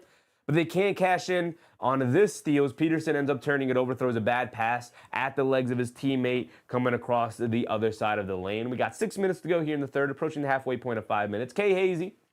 Will be interesting to see who is considered the top 20 players list a couple of years from now. AJ's looking interesting. Peterson's looking interesting too, man. I've been really impressed with Peterson and Dybansta so far here in Summer League, as I should be as the first and second overall picks. Okpala knocks down a nice little hook shot off the drop-off pass in the paint there. And now here comes Cody Williams bringing it down. Let's not forget Cody Williams, Trey Johnson as second-year guys, third-year guys. Cody has shown some really interesting things. Cody Williams misses the dunk in the lane, and then Trey Johnson gets the run out and scoop layup against the defense on the other end. Another run out here for the big man Robinson for the Jazz. Gets the dunk to go down. A little helter-skelter up and down play for a couple of minutes there. Now here comes Will Riley bringing it down. Crosses over to his right. Hop step in the lane. Spin. Fall away foul line jumper. Got it to go for Will Riley there. Just that's a 10-minute quarters makes for better action. Yeah, it's also Summer League. So, you know, a lot of these guys essentially are auditioning. While Peterson and Dybansta, as Peterson misses the finger roll layup, battling for his own offensive rebound, able to pick it up, and he gets the ball knocked out of bounds. So while, you know, we're here for AJ Dybansta and Darryn Peterson to see them kind of show off their skills and show off their promise and whatnot. You know, guys like Trey Johnson are trying to show improvement from year 1 to year 2. Same with Will Riley, guys like that. Same with Cody Williams. Guys like the big man, Bates, Hinson, Okpala, Trimble here. Like, these guys essentially are auditioning for the NBA. So they are playing like their lives depend on it, because it kind of does. Their careers, their ability to sign maybe a 2-way contract for hundreds of thousands of dollars resides on their ability, or resides on their performance here in the Summer League, right? So these guys are playing essentially for their basketball lives, which is why you sometimes get frenetic, frantic, helter-skelter, up and down, really aggressive play from these guys, because their basketball lives are depending on it. You know, Dybansta has his contract. Johnson, Riley, they have their NBA contracts. Peterson has it. Cody Williams even has it. These guys are just kind of showcase their improvements here. While these other guys, they are battling for NBA contracts, for just an opportunity, for maybe even just a G League spot. Because if they don't get it, most of these guys are probably going overseas. And you probably don't want to go overseas. You kind of want to stay stateside. You want an opportunity to play in the best league in the world, in the NBA, and find your way into the NBA. So that's why you get such fast-paced, frenetic action in here. 10-minute quarters helps as well. 10-minute quarters, you slow the game down. Every possession matters a little bit more. You strip 8 minutes away. So, the score is going to be a little bit lower, but every possession matters, like I said, a little bit more.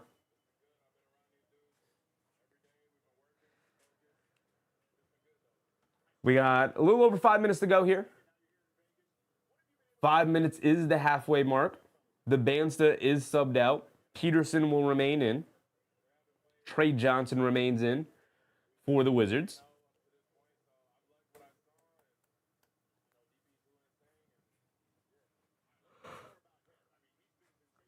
They get it into Peterson. Kicks it out up top to Alexander. Driving it down. Takes a bump. Mid-range fall away. Can't get it to go. Here come the Wizards. Will Riley bringing it down. Riley up top. Now has it on the right wing. Over the top pass to the guard. I believe that's Beekman. Beekman gets it over to Reese, the big man, hands it off to Johnson. Johnson's been shooting it well tonight, but we get a foul on the Utah Jazz trying to get around the Reese handoff action.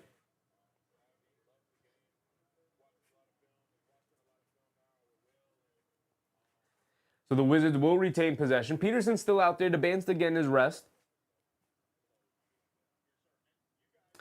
13-point game. Definitely felt like the Wizards were going to pull away at some point. I like that it's a little bit closer. Hopefully the Jazz can get this to a closer game coming down the stretch.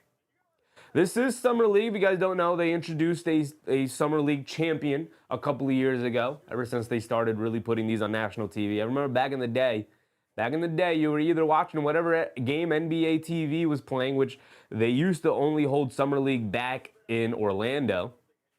Wasn't even in Vegas. Was in Orlando. And nobody was going to it, and nobody was watching it. Trey Johnson up top, dancing with it, coming to his right, behind his back. But they introduced a Summer League championship.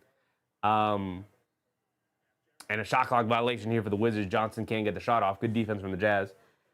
So these games do kind of matter. They matter a little bit. They are keeping track of the record. They are keeping track of the point differential. So these games kind of matter. Obviously, in the grand scheme of things, they don't really matter much at all when the Summer League Championship doesn't do anything for you. But there is a trophy at the end of it.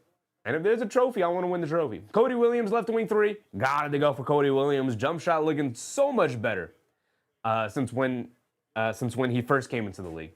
Will Riley bringing it down for the Wizards. 4:15 to go here. Timer a little behind. Reese up top. Fakes the handoff, keeps it, coming to his left, over to Johnson. Johnson will stop and pop, left wing, deep one. Well short, battle for the rebound, knocked out of bounds. It'll stay here with the Wizards. 4 minutes to go. Kay Hazy said a lot of these players could be in the league, in my opinion, but there's only so much space, unfortunate. Yeah, I mean, kind of. I know what you mean. There's a stark difference between the G League and the NBA. Like, it's a really stark difference. Deuce McBride goes down to the G League and he looks like SGA. Like the guy can't be stopped.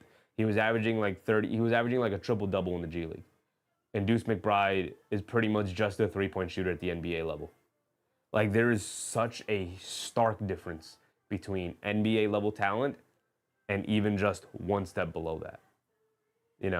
Like, when they talk about the 0.1% being in the NBA, like, that is real. That is really, really real. Again, we've seen Tyler Kolek drop 40-some odd points and 10 assists in the G League, and then go to the NBA, and he's like his best game in the NBA is like 15 points. Average night for him in the G League is like 30 and 10. Like, there's such a stark difference in NBA talent. Like, looking out there, like Garcia, Idu, Alexander, they're giving it their all. Maybe in a more limited role in the NBA, they could be a 15th man or something, but highly, highly doubt it. Same with the guys over on the Wizards side. It's really difficult, man. It's really difficult.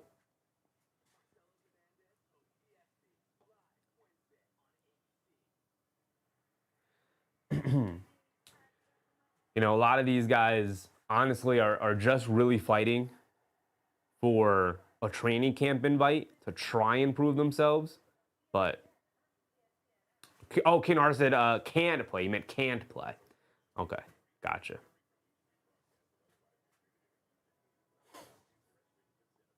But, yeah, a lot of these guys, like, they're They're trying to get a training camp invite. Like just keep giving me another opportunity and another opportunity, another opportunity, one more step, one more step, one more step. But it's not even guaranteed. Like if you get drafted in the second round, that you're going to make the NBA team. Guys have been drafted in the second round and then spent, the next 3 years in the G League, getting an NBA call-up maybe once, and then never really panning out and having to go overseas because the opportunity never really came and they never really took full advantage of an opportunity when it did come. Like, it's really difficult. That 0.1% is real, man. We're back into it.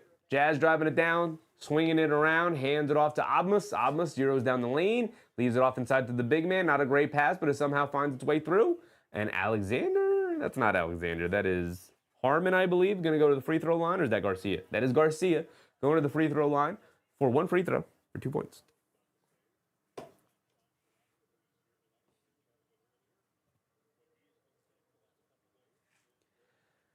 So we got a 10-point game. Peterson and Dybansta out right now, but the Wizards have more to work with as Trey Johnson, their lottery pick from last year, still in. Will Riley, a really impressive rookie for them last year, still in. Garcia misses the free throw, so they walk away with 0 points. Will Riley has it up top, coming to his right, driving it down, hop step in the lane, takes a bump, loses the ball out of bounds. It'll stay here with the Wizards. Kane said the guys likely to be an NBA player are not G Leaguers who everyone can see. It's guys like John Starks who were never given an opportunity that suddenly got one practically by mistake. Yeah, but it's a completely different era. At the time, it would have been the D League, the development league, wasn't even around. So, back then you had to get training camp invites, or they actually held open tryouts for NBA teams even back then. And that's where John Starks first got his opportunity and then took most advantage of. And also the scouting wasn't nearly as good as it is today. Like we have access to every single game, even every Division III team plays. And there are good scouting teams, have sickos who wade through all the Division II and Division III games just to keep an eye on maybe the one player that can find its way onto a net, like Bennett Sturts, who started off as a D2 guy, found his way onto Iowa after 4 years in college, had a really good year in Iowa, then gets drafted in the first round, 16th overall, something like that. And they knew who Bennett Sturts was 3 years ago, and they were just keeping an eye on him. I must have pulled up 3, can't get it to go. The visibility of these guys is completely different. We know every possible NBA player by the time you're a senior in high school, right? Even if you're even if you're not ranked in high school, teams have their eye on you. They've seen you play at some of these games. You think of the kid, I forget the kid who was drafted to the Clippers now, but never really panned out. Preston. Dybansta leans in, floater, got it to go. AJ Dybansta making something out of nothing. Just that's an excitement rating, 1 out of 10 for tomorrow. Where you at? A 10, 11. I'm breaking the scale, brother. I'm so excited for Summer League play. As the 3 goes down for the Utah Jazz. Why is my score so off? I apologize. 64-57. My excitement is a 1,000,000 out of 10, brother. It's a 1,000,000 out of 10. Dybansta has it on the right wing. Sees a double team.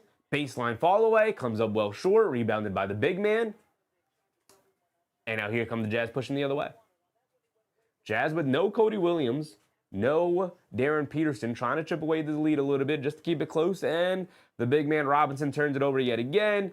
And they go all the way for the layup for the Washington Wizards. That is Trimble, I believe, who gets that layup to go down. His first basket of the night. There you go, Trimble. Getting yourself up on the board. We got a minute and 30 seconds to go. My timer a minute ahead. Here come the Jazz driving it down, loses the handle, picks it back up. Alexander over to Abmas in the corner, a 3 for Garcia, got it to go. There you go, Garcia. He missed the free throw earlier. And guess what, folks? We got a 6-point ball game. You'll love to see it with Peterson and Cody Williams both off the court. And then the Washington Wizards turn it over. Beekman throws it away, trying to feed Livingston, cutting through the lane. Here comes Alexander bringing it down against Livingston. Coming to his left. Off a screen, Alexander one-on-one against Dybansta, putting his head down, step back, sees a double team, kicks out to Admas, pump fakes from the logo, back to Alexander, being guarded by Dybansta, calling for a screen, coming to his right off the screen, swings it out, driving down the lane, wild scoop layup, can't get it to go, battle for the loose ball, knocked out of bounds, it's going to the Washington Wizards. My excitement for tomorrow is unparalleled. I get to watch Mo Diawara play basketball. I'm saying this unironically, brother. I get to watch Mo Diawara play basketball tomorrow. I'm so excited. Jack Kyle, Tyler Nickel, brother, I'm losing my mind tomorrow. I cannot wait. I wish I could go to sleep and wake up tomorrow primed and ready to go for the game. I wish it was at 8 o'clock in the morning so I can wake up and stream the game, man. I can't wait for it. AJ Dybansta gets all the way to the rim, gets a nice reverse scoop layup on the other side to go down. We got 30 seconds to go here in the quarter. Get us to this fourth quarter. Get us a good close game. Get Dybansta versus Peterson to close this one out, and I'll be satisfied with the game here tonight. The Jazz working it around. Give me one more score here. We got 10 seconds to go. Alexander down the lane gets blocked. But a foul is called. Trimble with a good defensive possession there. But ultimately, they give Alexander the foul call there. Good aggression from him to get to the foul line here. I'm really excited to watch the kid Jack Kyle and Tyler Nickel play, obviously, because we haven't seen him play. But the prospects of Mo Diawara out there, man, I'm so excited. First option Mo Diawara minutes it's going to be so much fun. I hope he shows out. I hope he plays well. I'm going to be really sad if he doesn't play well. Hopefully, year 3, Dottier is primed and ready to make a leap. For sure. Hopefully, man. Hopefully he can show some things. Development isn't always linear, man. Isn't always linear. Alexander knocks down the free throw. Giving him the 2 points. We got a 6-point ball game. Dybansta bringing it down. Final possession to get it over to Johnson. Driving to his left. Crossing over to his right. Gets to the mid-range. Fall away. Got it to go for Trey Johnson. That mid-range so deadly for him here today. Feels like he hasn't missed one. Dybansta gets the steal on the full court pass from the Jazz, and that'll end our third quarter right there. Going into the fourth, throw 10 minutes on the clock, 8-point ball game, and the best team win. Hopefully, Dybansta and Peterson battle it out to the end here. Dybansta 25 points on 6 for 16 from the field. Darryn Peterson 17 points on something from the field. We can look it up real quick. Diawara is the big thing to watch, for sure. For sure. I think Diawara, I think Dottier is an interesting watch as well because if they don't want to trade Deuce McBride, the only other asset that might have value in terms of a player they could trade is Dottier. Now, Dottier has not proven to be an NBA-level player yet.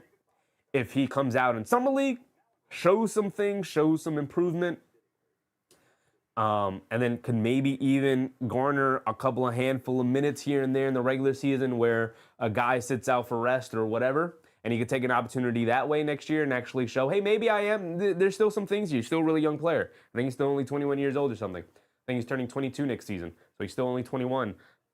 If he can show a couple of things here and there, I think they can use him as the trade piece along with like a million seconds to go get themselves a player. Or maybe package him and McBride to go get, whatever they may need to go get in terms of a big.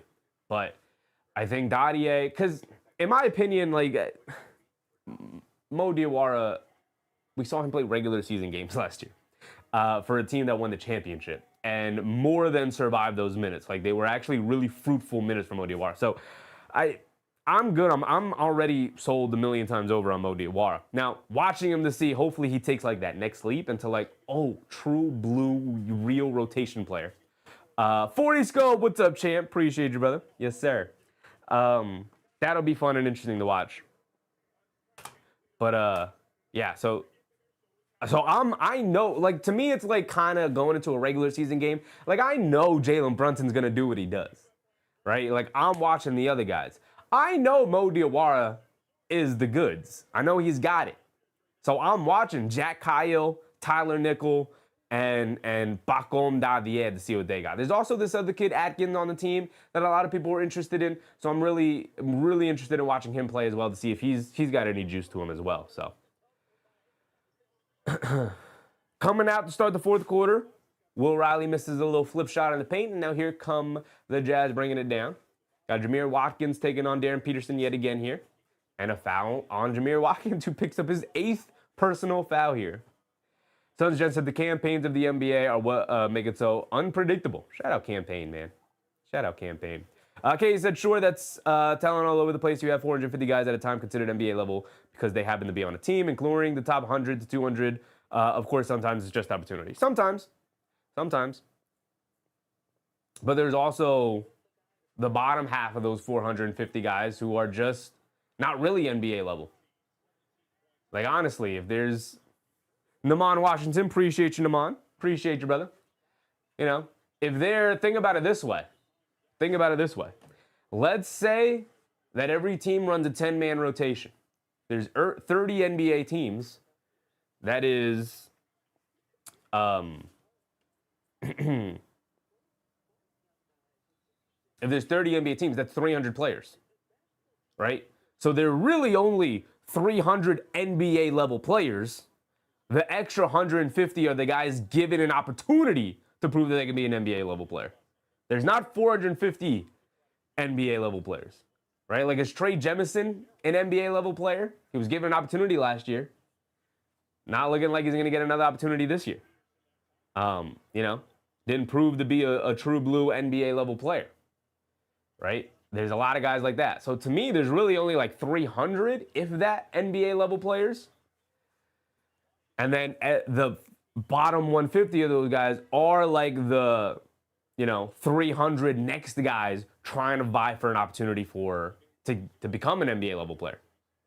But, to me, there's only like 300 of them because the team really only runs a 10-man rotation. Kennard said Atkins a wild card. Yeah. I'm really interested in this year's Summer League team. I don't think they have a good big man on the Summer League team, which is funny because they went from one of the best big men depths in the NBA with Robinson and Towns to nothing. They got nothing. And Hug Porty. 3 decent big, awesome to decent big men in the rotations to not much. The Jazz get a scoop and a score. Let's focus. Let's lock back into the game. We can talk more about the Knicks Summer League during the timeout break. They get it into Watkins, cut into the rim, pulls it back out. Will Riley down the lane, gets blocked at the rim by Cody Williams. What a defensive recovery.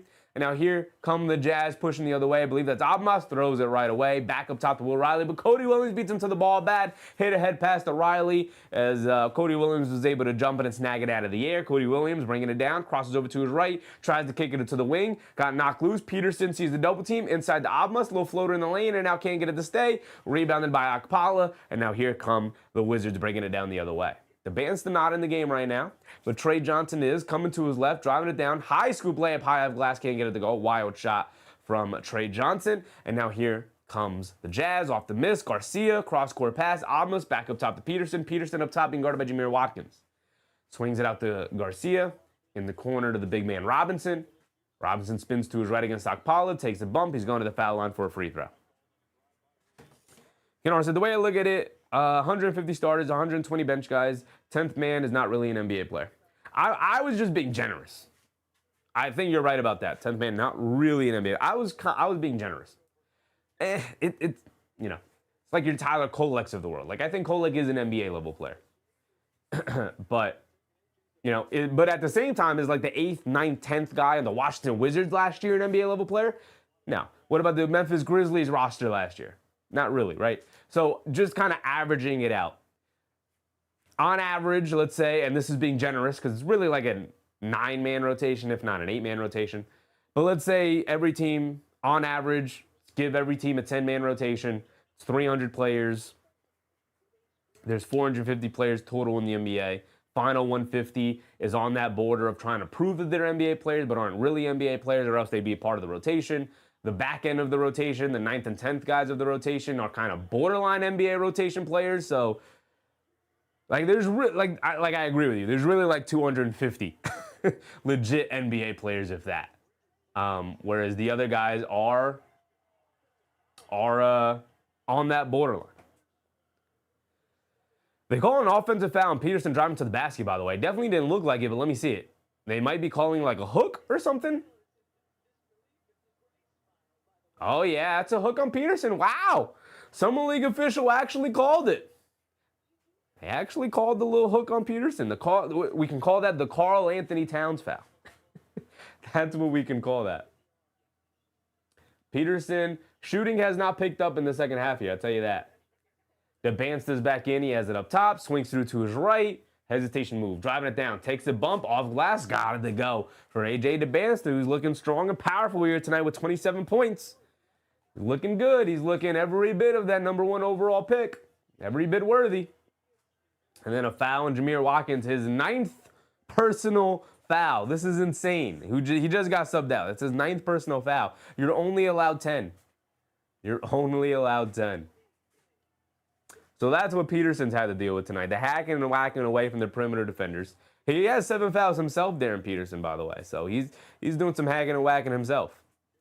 Suns Gen said Suns have half a dozen guys like that, including Keenan Hart's favorite, Jamari Bouye. Peterson with another turnover. Lefty layup for Livingston. Got to go down for the Wizards as they quickly built up their 10-point lead back, 76-66. 6:20 to go here. Approaching the halfway point. Peterson, what you got for us? What you got for us, Darryn Peterson? Struggling a bit here. Cody Williams dancing with it, coming to his left. Step back, mid-range fall away. Cody Williams trying to lead the way here for the Utah Jazz. Can't get that step back midi to go down. Dybansta struggling with his handle, picks it up, rips it away from the defense, and kicks it out to his teammate. He wants it back. He gets it back on the right wing, being guarded by Cody Williams. And Williams just goes in and reaches in, and they call a foul. And then Williams is not happy with the foul call, but they called it. Shout out Jamari Bouye, man. Shout out Jamari Bouye, man. Rooting for that guy's success. Rooting for that guy's success. Also rooting for the success of my guy. That's your guy, Kinar. My guy, Ray J. Dennis. Channel legend Ray J. Dennis. Rooting for his success. Not sure what team he's on this year. I think we saw him in a Summer League game not too long ago. Whose Summer League team is Ray J. Dennis on?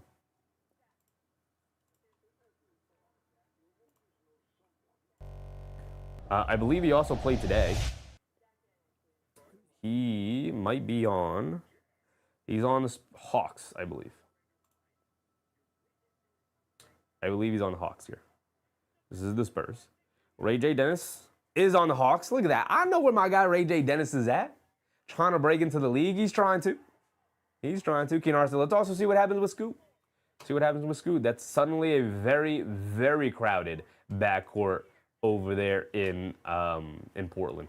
They went from not having too many backcourt options. It was really just Scoot Henderson, who started the year injured, and Drew Holiday, who then also got hurt, and they didn't have a point guard at that point, to having 4 legit point guards. They have John Morant, they have Damian Lillard, they have Drew Holiday, and they have Scoot Henderson. So we'll see how that works out.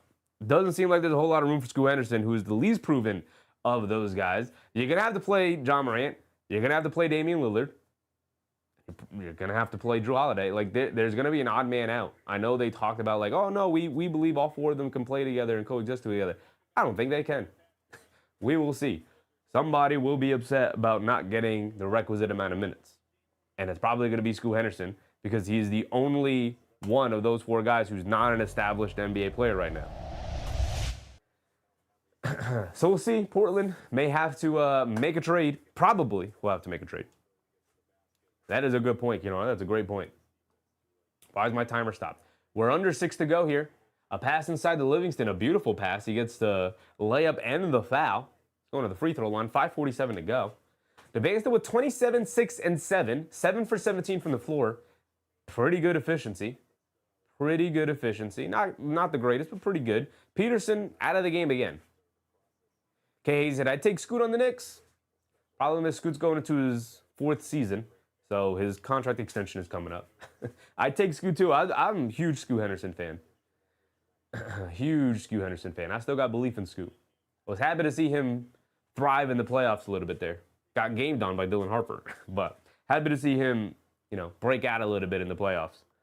Hopefully that benefits him going on to his 2nd team, because I don't think he's long for Portland. Again, they got 3 point guards that are much more established playing over him at this point. The Jazz have the ball off the and one free throw. A step back three for Abmas, can't get it to go with the shot clock winding down. Dybansta rips the air ball out of the air. And now Dybansta coming to his left, driving it down, snakes his way into the paint. Hop step, scoop layup, got it to go. They wave it off, and they call an offensive Gord-Todd screen from the Jazz big man Okpala. And they're going to wave off the layup from Dybansta and give the ball back to the Jazz here. Kennard said, see, that's why I thought we should have prioritized Mitch, because wouldn't you rather be testing the waters on Scoot versus dumpster centers? Yeah, I just,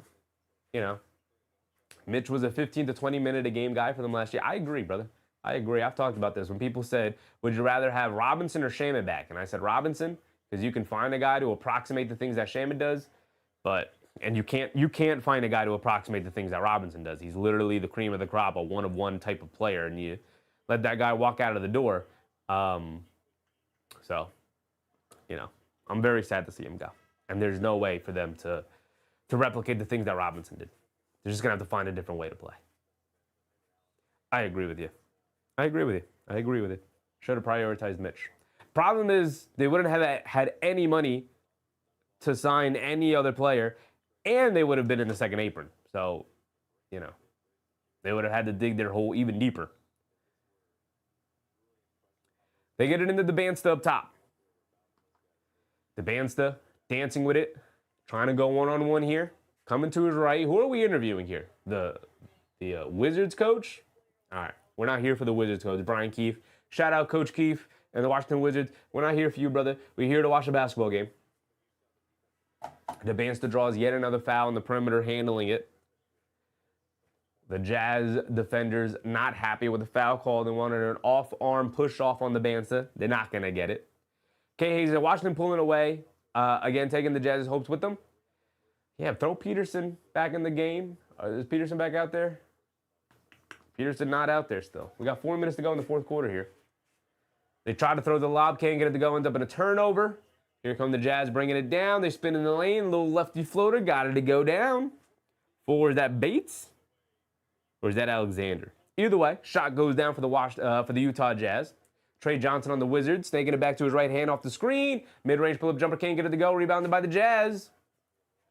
Now here come the Utah Jazz pushing the other way. Quick hit ahead. Alexander putting his head down, gets the chair pulled out from under him, kicks it in the corner to Abmas, gets blocked out of the corner. Rebound, finds its way back to Abmas. They swing it around. Alexander pump fake, swings through to his right, takes the bump, scoop layup, can't get it to go, but he draws the foul. He's going to the foul line for a free throw for 2 points. And Peterson at the scorer's table will check back in. Suns Gents said, good luck with your new center. Hopefully Karl Anthony Towns, who I thought was much better in the second half of the season, not being in foul trouble, not picking up silly offensive fouls. Will start the year with that same outlook and will not struggle to be in foul trouble. We won't have to rely on our backup bigs as much because we won't have the opportunity to rely on our backup bigs with no Mitchell Robinson. They missed the free throw, but they do get a tip up and in for the 2 points anyway, and it's back to a 6-point ball game. Here come the Wizards bringing it down. Some full court pressing here from the Utah Jazz. Alexander trying to apply pressure to the Wizards guard. Dybansta back out of the game. They kick it up top to Livingston, who spins off of Peterson, who's now back in. Bullet pass inside of the big man. Tough catch, but he's able to corral it. Reese flips it up, can't get it to go. Livingston can't get the putback. Finally rebounded by Robinson. Here comes Peterson pushing the other way. Peterson coming to his right. The ball knocked out of his hands, but he picks it back up. He's going to dance with it. Coming to his left. Driving it down. Peterson throws up the floater. Off the back rim, can't get it to go. Battle for the rebound. Knock loose. Livingston picks it up. Quick hit ahead to Trey Johnson. Pump fakes from three. Pulling it back. Mid-range fall away. And Trey Johnson got it to go down. Nice in rhythm. Step back jumper. Got it to go down. Back to an 8-point game. Peterson bringing it down. Has it up top. Swings it over to Alexander. Back to Peterson. Peterson being guarded by Alexander. Back to Alexander. Left wing three. Got it to go down. For Alexander. Trey Alexander, I believe that is. Back to a 5-point game. Back to a 5-point game. Will Riley has it up top. No AJ Dybansta to end the game. Close this one out. Where's AJ at? Will Riley spins off the defense. Can't get the layup to go. A lot of bodies hitting the ground. And it ultimately ends up as a foul on Reese, the Washington big man. And the ball is going to go back to the Jazz. And a 5-point deficit. We're going to get a timeout with 2:30 to go here. Kay said, hopefully Drummond can buy in on defense like Cat and Clarkson did. Hopefully. Hopefully. I don't have high hopes. My expectations are on the ground. Hopefully, he can leap over my low expectations. Sons Gen said, I mean the Wizards. Well, unfortunately for me, Sons Gen, it also applies to my Knicks. Yeah, so I have basement level expectations for Andre Drummond. It'd be really difficult for him to let me down. That's how low my expectations are. Right? That's how low my expectations are for Andre Drummond. All he's got to do is hop over my I literally can't set them any lower. My basement dwelling expectations from him. All he has to do is hop over that. All he has to do is hop over that. And I think we'll be all right. All he has to do is be serviceable and adequate and healthy. That's it. That's it. That's it. Someone just said, why would I insult the Knicks when Ayton is right there in DC? I completely forgot that DeAndre Ayton is on the Washington Wizards. Ayton, Anthony Davis, Alex Sarr. Who else do they have on? Who else is part of that front court? That kid Tristan Vukcevic. Good luck getting minutes on that squad now. Yeah, I don't know why they would make that trade for DeAndre Ayton. I don't know why. Why would you do that? Why would you do that? DB Bub Carrington, but he's a guard. He's a guard. Keenan Hart said, the issue is Drummond wasn't failing to play defense due to effort. He's just really slow. Actually, I love Drummond's reformed attitude. I love Drummond as a person, and I really enjoyed watching Andre Drummond play basketball last year. I just don't think it was conducive to winning basketball. It was on the Philadelphia 76ers. I just thought he was an enjoyable player to watch. He was shooting corner threes. I thought it was hilarious. It was fun. He still, can be active on the boards and whatnot. By the numbers, still a really good offensive rebounder, of course, but, it's got to lead to winning, right? Like Mitch's numbers weren't always super gaudy, but he always impacted winning at the end of the day. Like I need DeAndre Ayton to impact winning. I don't care about the numbers. I care about winning basketball games and making winning basketball plays. And I don't trust Andre Drummond to do that, to have that level of impact. We're back into it. Dybansta is back out, has it up top. Behind the back, coming to his right, sees multiple defenders, swings it over to Johnson, extra pass to Riley, open corner three, rattles it in, showing multiple bodies to A.J. Dybansta, making the right play, moving the ball around, and Will Riley rewards it by knocking down the corner three after good ball movement. Jameer Watkins back in with the 9 personal fouls. Let's see if he fouls out. Peterson, the mid-range jumper, can't get it to go down. Chase down rebound by Cody Williams, who keeps it here for the Utah Jazz. He's going to dance with it now, lose the handle on the ball, picks it back up, coming to his left, pulls it back, crosses over to his right, on the wing, extra pass to Alexander, and Alexander back-to-back threes, keeping his team hanging around here. And I missed the 2-point basket. It's a 3-point ball game, 84-81. Dybansta has it up top, being guarded by Cody Williams, putting his head down. Step back three, he's been off all night. Continues to be off now. 0 for 5 from 3, comes up well short all of his 5 3-point attempts. And is that Dybansta coming up limping a little bit? He is. He is. Dybansta comes up limping a little bit. He's going to sub out of the game. I don't know. Some kind of calf. Knar said, I got no take with the argument. Appreciate you. Appreciate you. Glad we're on the same page. Dybansta, I don't know, cramping a little bit. Hopefully he didn't not like a calf strain or anything, or hamstring strain, anything like that. Maybe just bumped knee. He's massaging the back of his right calf. Right leg, calf area he's massaging. If that's the case, he might be out the rest of the summer league, because it's summer league. You don't want to play with any injury like that. The trainer did come over and ask him a question. He did say, no, I'm fine, and kind of wave him away a little bit. But that's not great. Not great. Hopefully he's all right. The Jazz knocked down both of their foul shots off the intentional foul. They're in the bonus, so that's why they had the 2 free throws. Here comes Washington bringing it down. So now Dybansta is out, likely for the remainder of the game, obviously, with only a minute to go here. They hand it off to Trey Johnson. The Wizards do have NBA-level players that they can go to, like Trey Johnson, who rattles it in, and like Will Riley, who previously hit that corner three. So now Peterson and the Utah Jazz are given a nice opportunity here to kind of come through. As Peterson with the 2 steps down the lane, and the lefty floater, ambidextrous move there from Darryn Peterson, the right-handed shooter shooting the left-handed floater. Really impressive move to show there as a rookie. Ooh, Will Riley, beautiful move down the lane, gets the layup and the fouls. Peterson too late coming over and then commits a really silly foul. Trying to protect the rim there, but can't really get to Will Riley, who spins off of Cody Williams, beautiful move, then finishes over Darryn Peterson and through the contact there. Will Riley showing some things, man. Kennard said, already a calf strain? Hopefully it's not a calf strain. Hopefully it's just maybe a little bit of cramping in his first game back here in Vegas. Right? It's his first game in however many months since college ended. All I saw was him go to the bench and then massage the back of his leg a little bit, massage his calf area. So hopefully it's just a little discomfort and a little bit of cramping. And it's nothing like that, and we can see him play Summer League. But yeah, that's not great to see. Now he did play, and he was healthy for I believe he played every single college game, and he played there he is massaging that right calf. You don't love to see that. And again, they're not gonna a calf strain in Summer League. They're not gonna play with that. I don't know if it's a calf strain. I'm just saying he's massaging his right calf. So don't love to see that.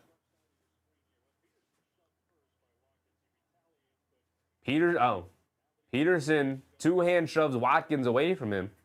Peterson has been annoyed and frustrated with Jamir Watkins all night long. He does have the 9 fouls, so he's been hacking and whacking away, right? So that's why you see that. Peterson 5 for 16 from the floor tonight for 21 points. He also now has 9 personal fouls. These two guys guarding each other all night long, on the verge of fouling each other out. Truly hilarious.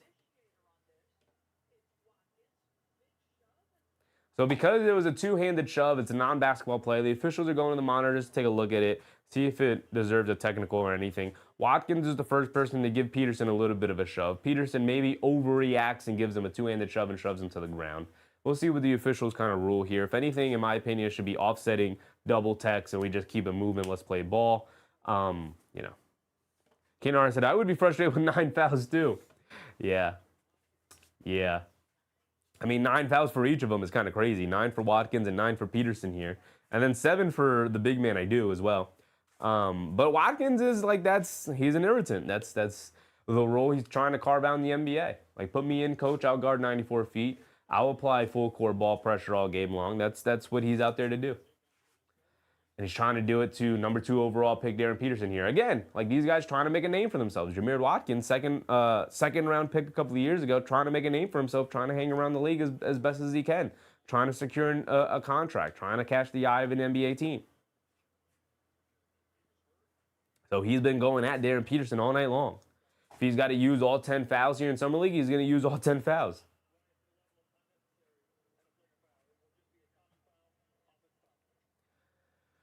Regular, common, offensive foul.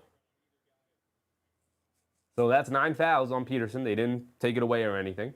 9 fouls on Peterson, 9 fouls on Watkins. It's also about 110 in Vegas. Yeah, it is. It's getting hot out there. And again, this is his first, highly competitive full game of basketball in however many months since the college season ended.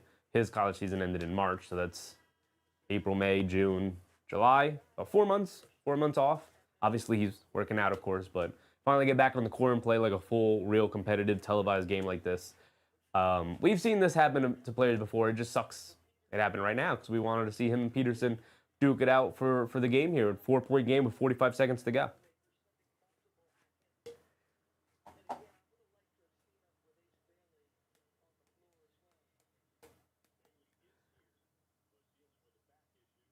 The Wizards get into Will Riley. Pulls it out up top. Going to try to wind down as much time as possible. Going for the win here. Like we were talking about earlier, there is indeed a Summer League champion, a Summer League playoffs. So these games do count for something. Will Riley, another beautiful drive to the rim for another scoop layup. And with a 6-point lead, unless you start knocking down some threes here, I don't have a ton of faith on the Jazz to pull this one off. Cody Williams driving it down, step back, midi, fall away, can't get it to go. Peterson can't get the tip, battle for the rebound. Watkins ends up with it. Peterson with the 9 fouls doesn't want to commit a foul. 15 seconds to go. And that's going to end it. They're going to let him dribble it out pretty much. O'Reilly ultimately gets grabbed and fouled with 5 seconds to go, but that's pretty much going to end it right there, 91-85. Dybansta has really impressive moments. Peterson doesn't have impressive moments, but ends up with 21, 3 and 3, 9 personal fouls on 5 for 17 shooting. So not a great night for Peterson, but still showed some shot making. Dealt with a lot of pressure here tonight, ball pressure from Jameel Watkins and the Wizards defense, especially early in the game. First game here in Vegas, along with the Wizards and Dybansta. After a couple of cushy games out there in Vegas, we saw him 2 really impressive games, and then not as an impressive game, but it's still a decent game from Peterson here in Summer League. 21, 3 and 3, 5 for 17 from the floor. AJ Dybansta ends the night with 27 points. Really impressive night for Dybansta as well.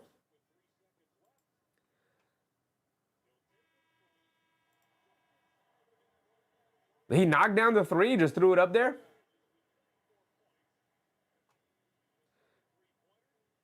Peterson knocked it down, so that's hilarious. He's going to end the night with 24 points, actually.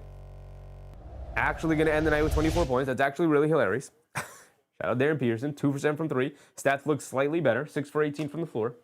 There you go. 8 turnovers, by the way, as well for Darryn Peterson. A couple of those coming on offensive fouls, so there's that. And then we had AJ Dybansta, who ends the night with 27 points. Trey Johnson with 26 points. Will Riley with 18. The Jazz did not have their third NBA player in Ace Bailey play, dealing with a little bit of a back injury. So, you know, whatever it is, a strain or muscle spasm, whatever it is. So, I like the defense in the second half. Defense was solid. Really competitive game. We like to see that. Number 1 going against the number 2, and I think both guys performed admirably well. Dybansta probably got the better of him overall. 27, 7 and 2 with a turnover, 2 steals, and a block for AJ Dybansta. I thought he looked the whole part of being a number 1 overall pick. There was a lot of talk about Peterson after his first 2 Summer League games out there in Utah, in which he looked utterly fantastic. He looked like a superstar. Here tonight looked a little bit more human, a little bit more of a normal prospect of like, okay, yeah, you could see he's got a lot to work on. He's got to get a lot stronger. The ball pressure was really starting to get to him. He's got to work on his explosion and his quickness and his decision making in that regard of like, got to make quicker decisions and use your speed and your explosiveness to kind of get off the ball, get on the ball, get open for shots. But of course, they have him doing a lot of ball handling here, and I think in the regular season, they will be able to have him off ball with Keontae George handling the ball, Larry Markkinen garnering a lot of attention as well. So, you know, as the number one option here in Summer League, struggled a little bit against the defense that was really feisty and competitive in the Washington Wizards. So, you know, we'll be locked in for the rest of the Summer League, of course, for more Peterson games, for more Dybansta games, more Boozer games. I do want to check out the Chicago Bulls with Dylan Swain. Funny how I said Swain first, but Dylan Swain and geez Louise, Caleb Wilson, of course, number four overall pick, Caleb Wilson as well. So really excited for Summer League. Honestly, it's going to be a fun Summer League. There's a lot of guys to watch. So I'm excited. And then, of course, we have our Knicks tomorrow. If you guys didn't know, New York Knicks play tomorrow. Our guys, our team, our young players. We can take a look real quick here. And I also got to fix the green screen. We got a new green screen set up, so that's why this is, you know, if I just straighten out the green screen, it'll be straight. But we'll fix it. We'll fix it. I got some solutions. Okay, he said streaming Jazz games next season? Maybe. They are a very interesting team. We'll see how good they are, how entertaining they are. That's what it comes down to.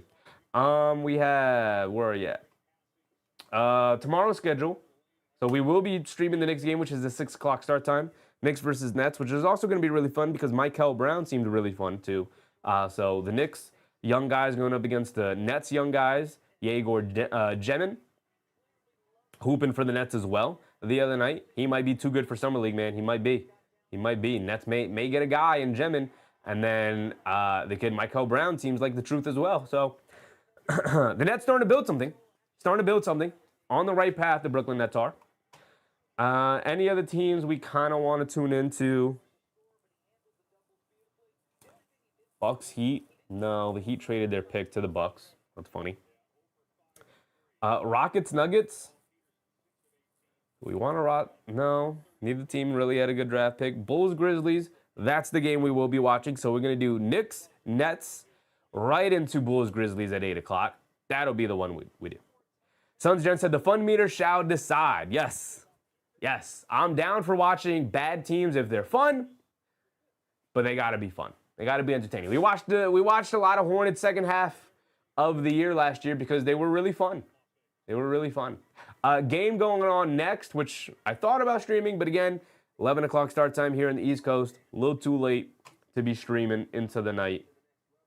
But for a Summer League game. Regular season game, if it was a good game, we'd be staying up. But here, regular season, I wish. Here for Summer League, not going to stay up to stream an 11 o'clock Summer League game, even if it is A Cup versus Wagler. But I will be watching it on my own. So I appreciate you guys. We'll see each other tomorrow, 6 o'clock. We'll also stay live. We'll do a doubleheader. Bulls, Grizzlies going on as well. We'll do that one. And then, yeah, that's pretty much it. That's pretty much it. Those are the two best games tomorrow. Knicks, Nets, and Bulls, Grizzlies. That should be a fun one. The 4 pick and the 3 pick. Caleb Wilson and Cam Boozer. So I'm excited for that one.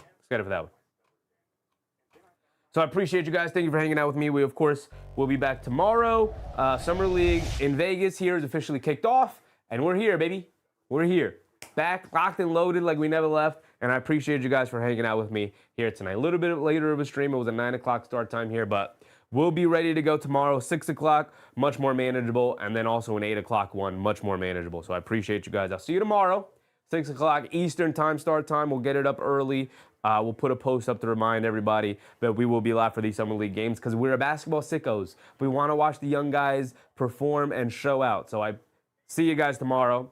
Remember, brush before bed, stay hydrated, and I'll catch you on the next one. Good night, everybody. Bye.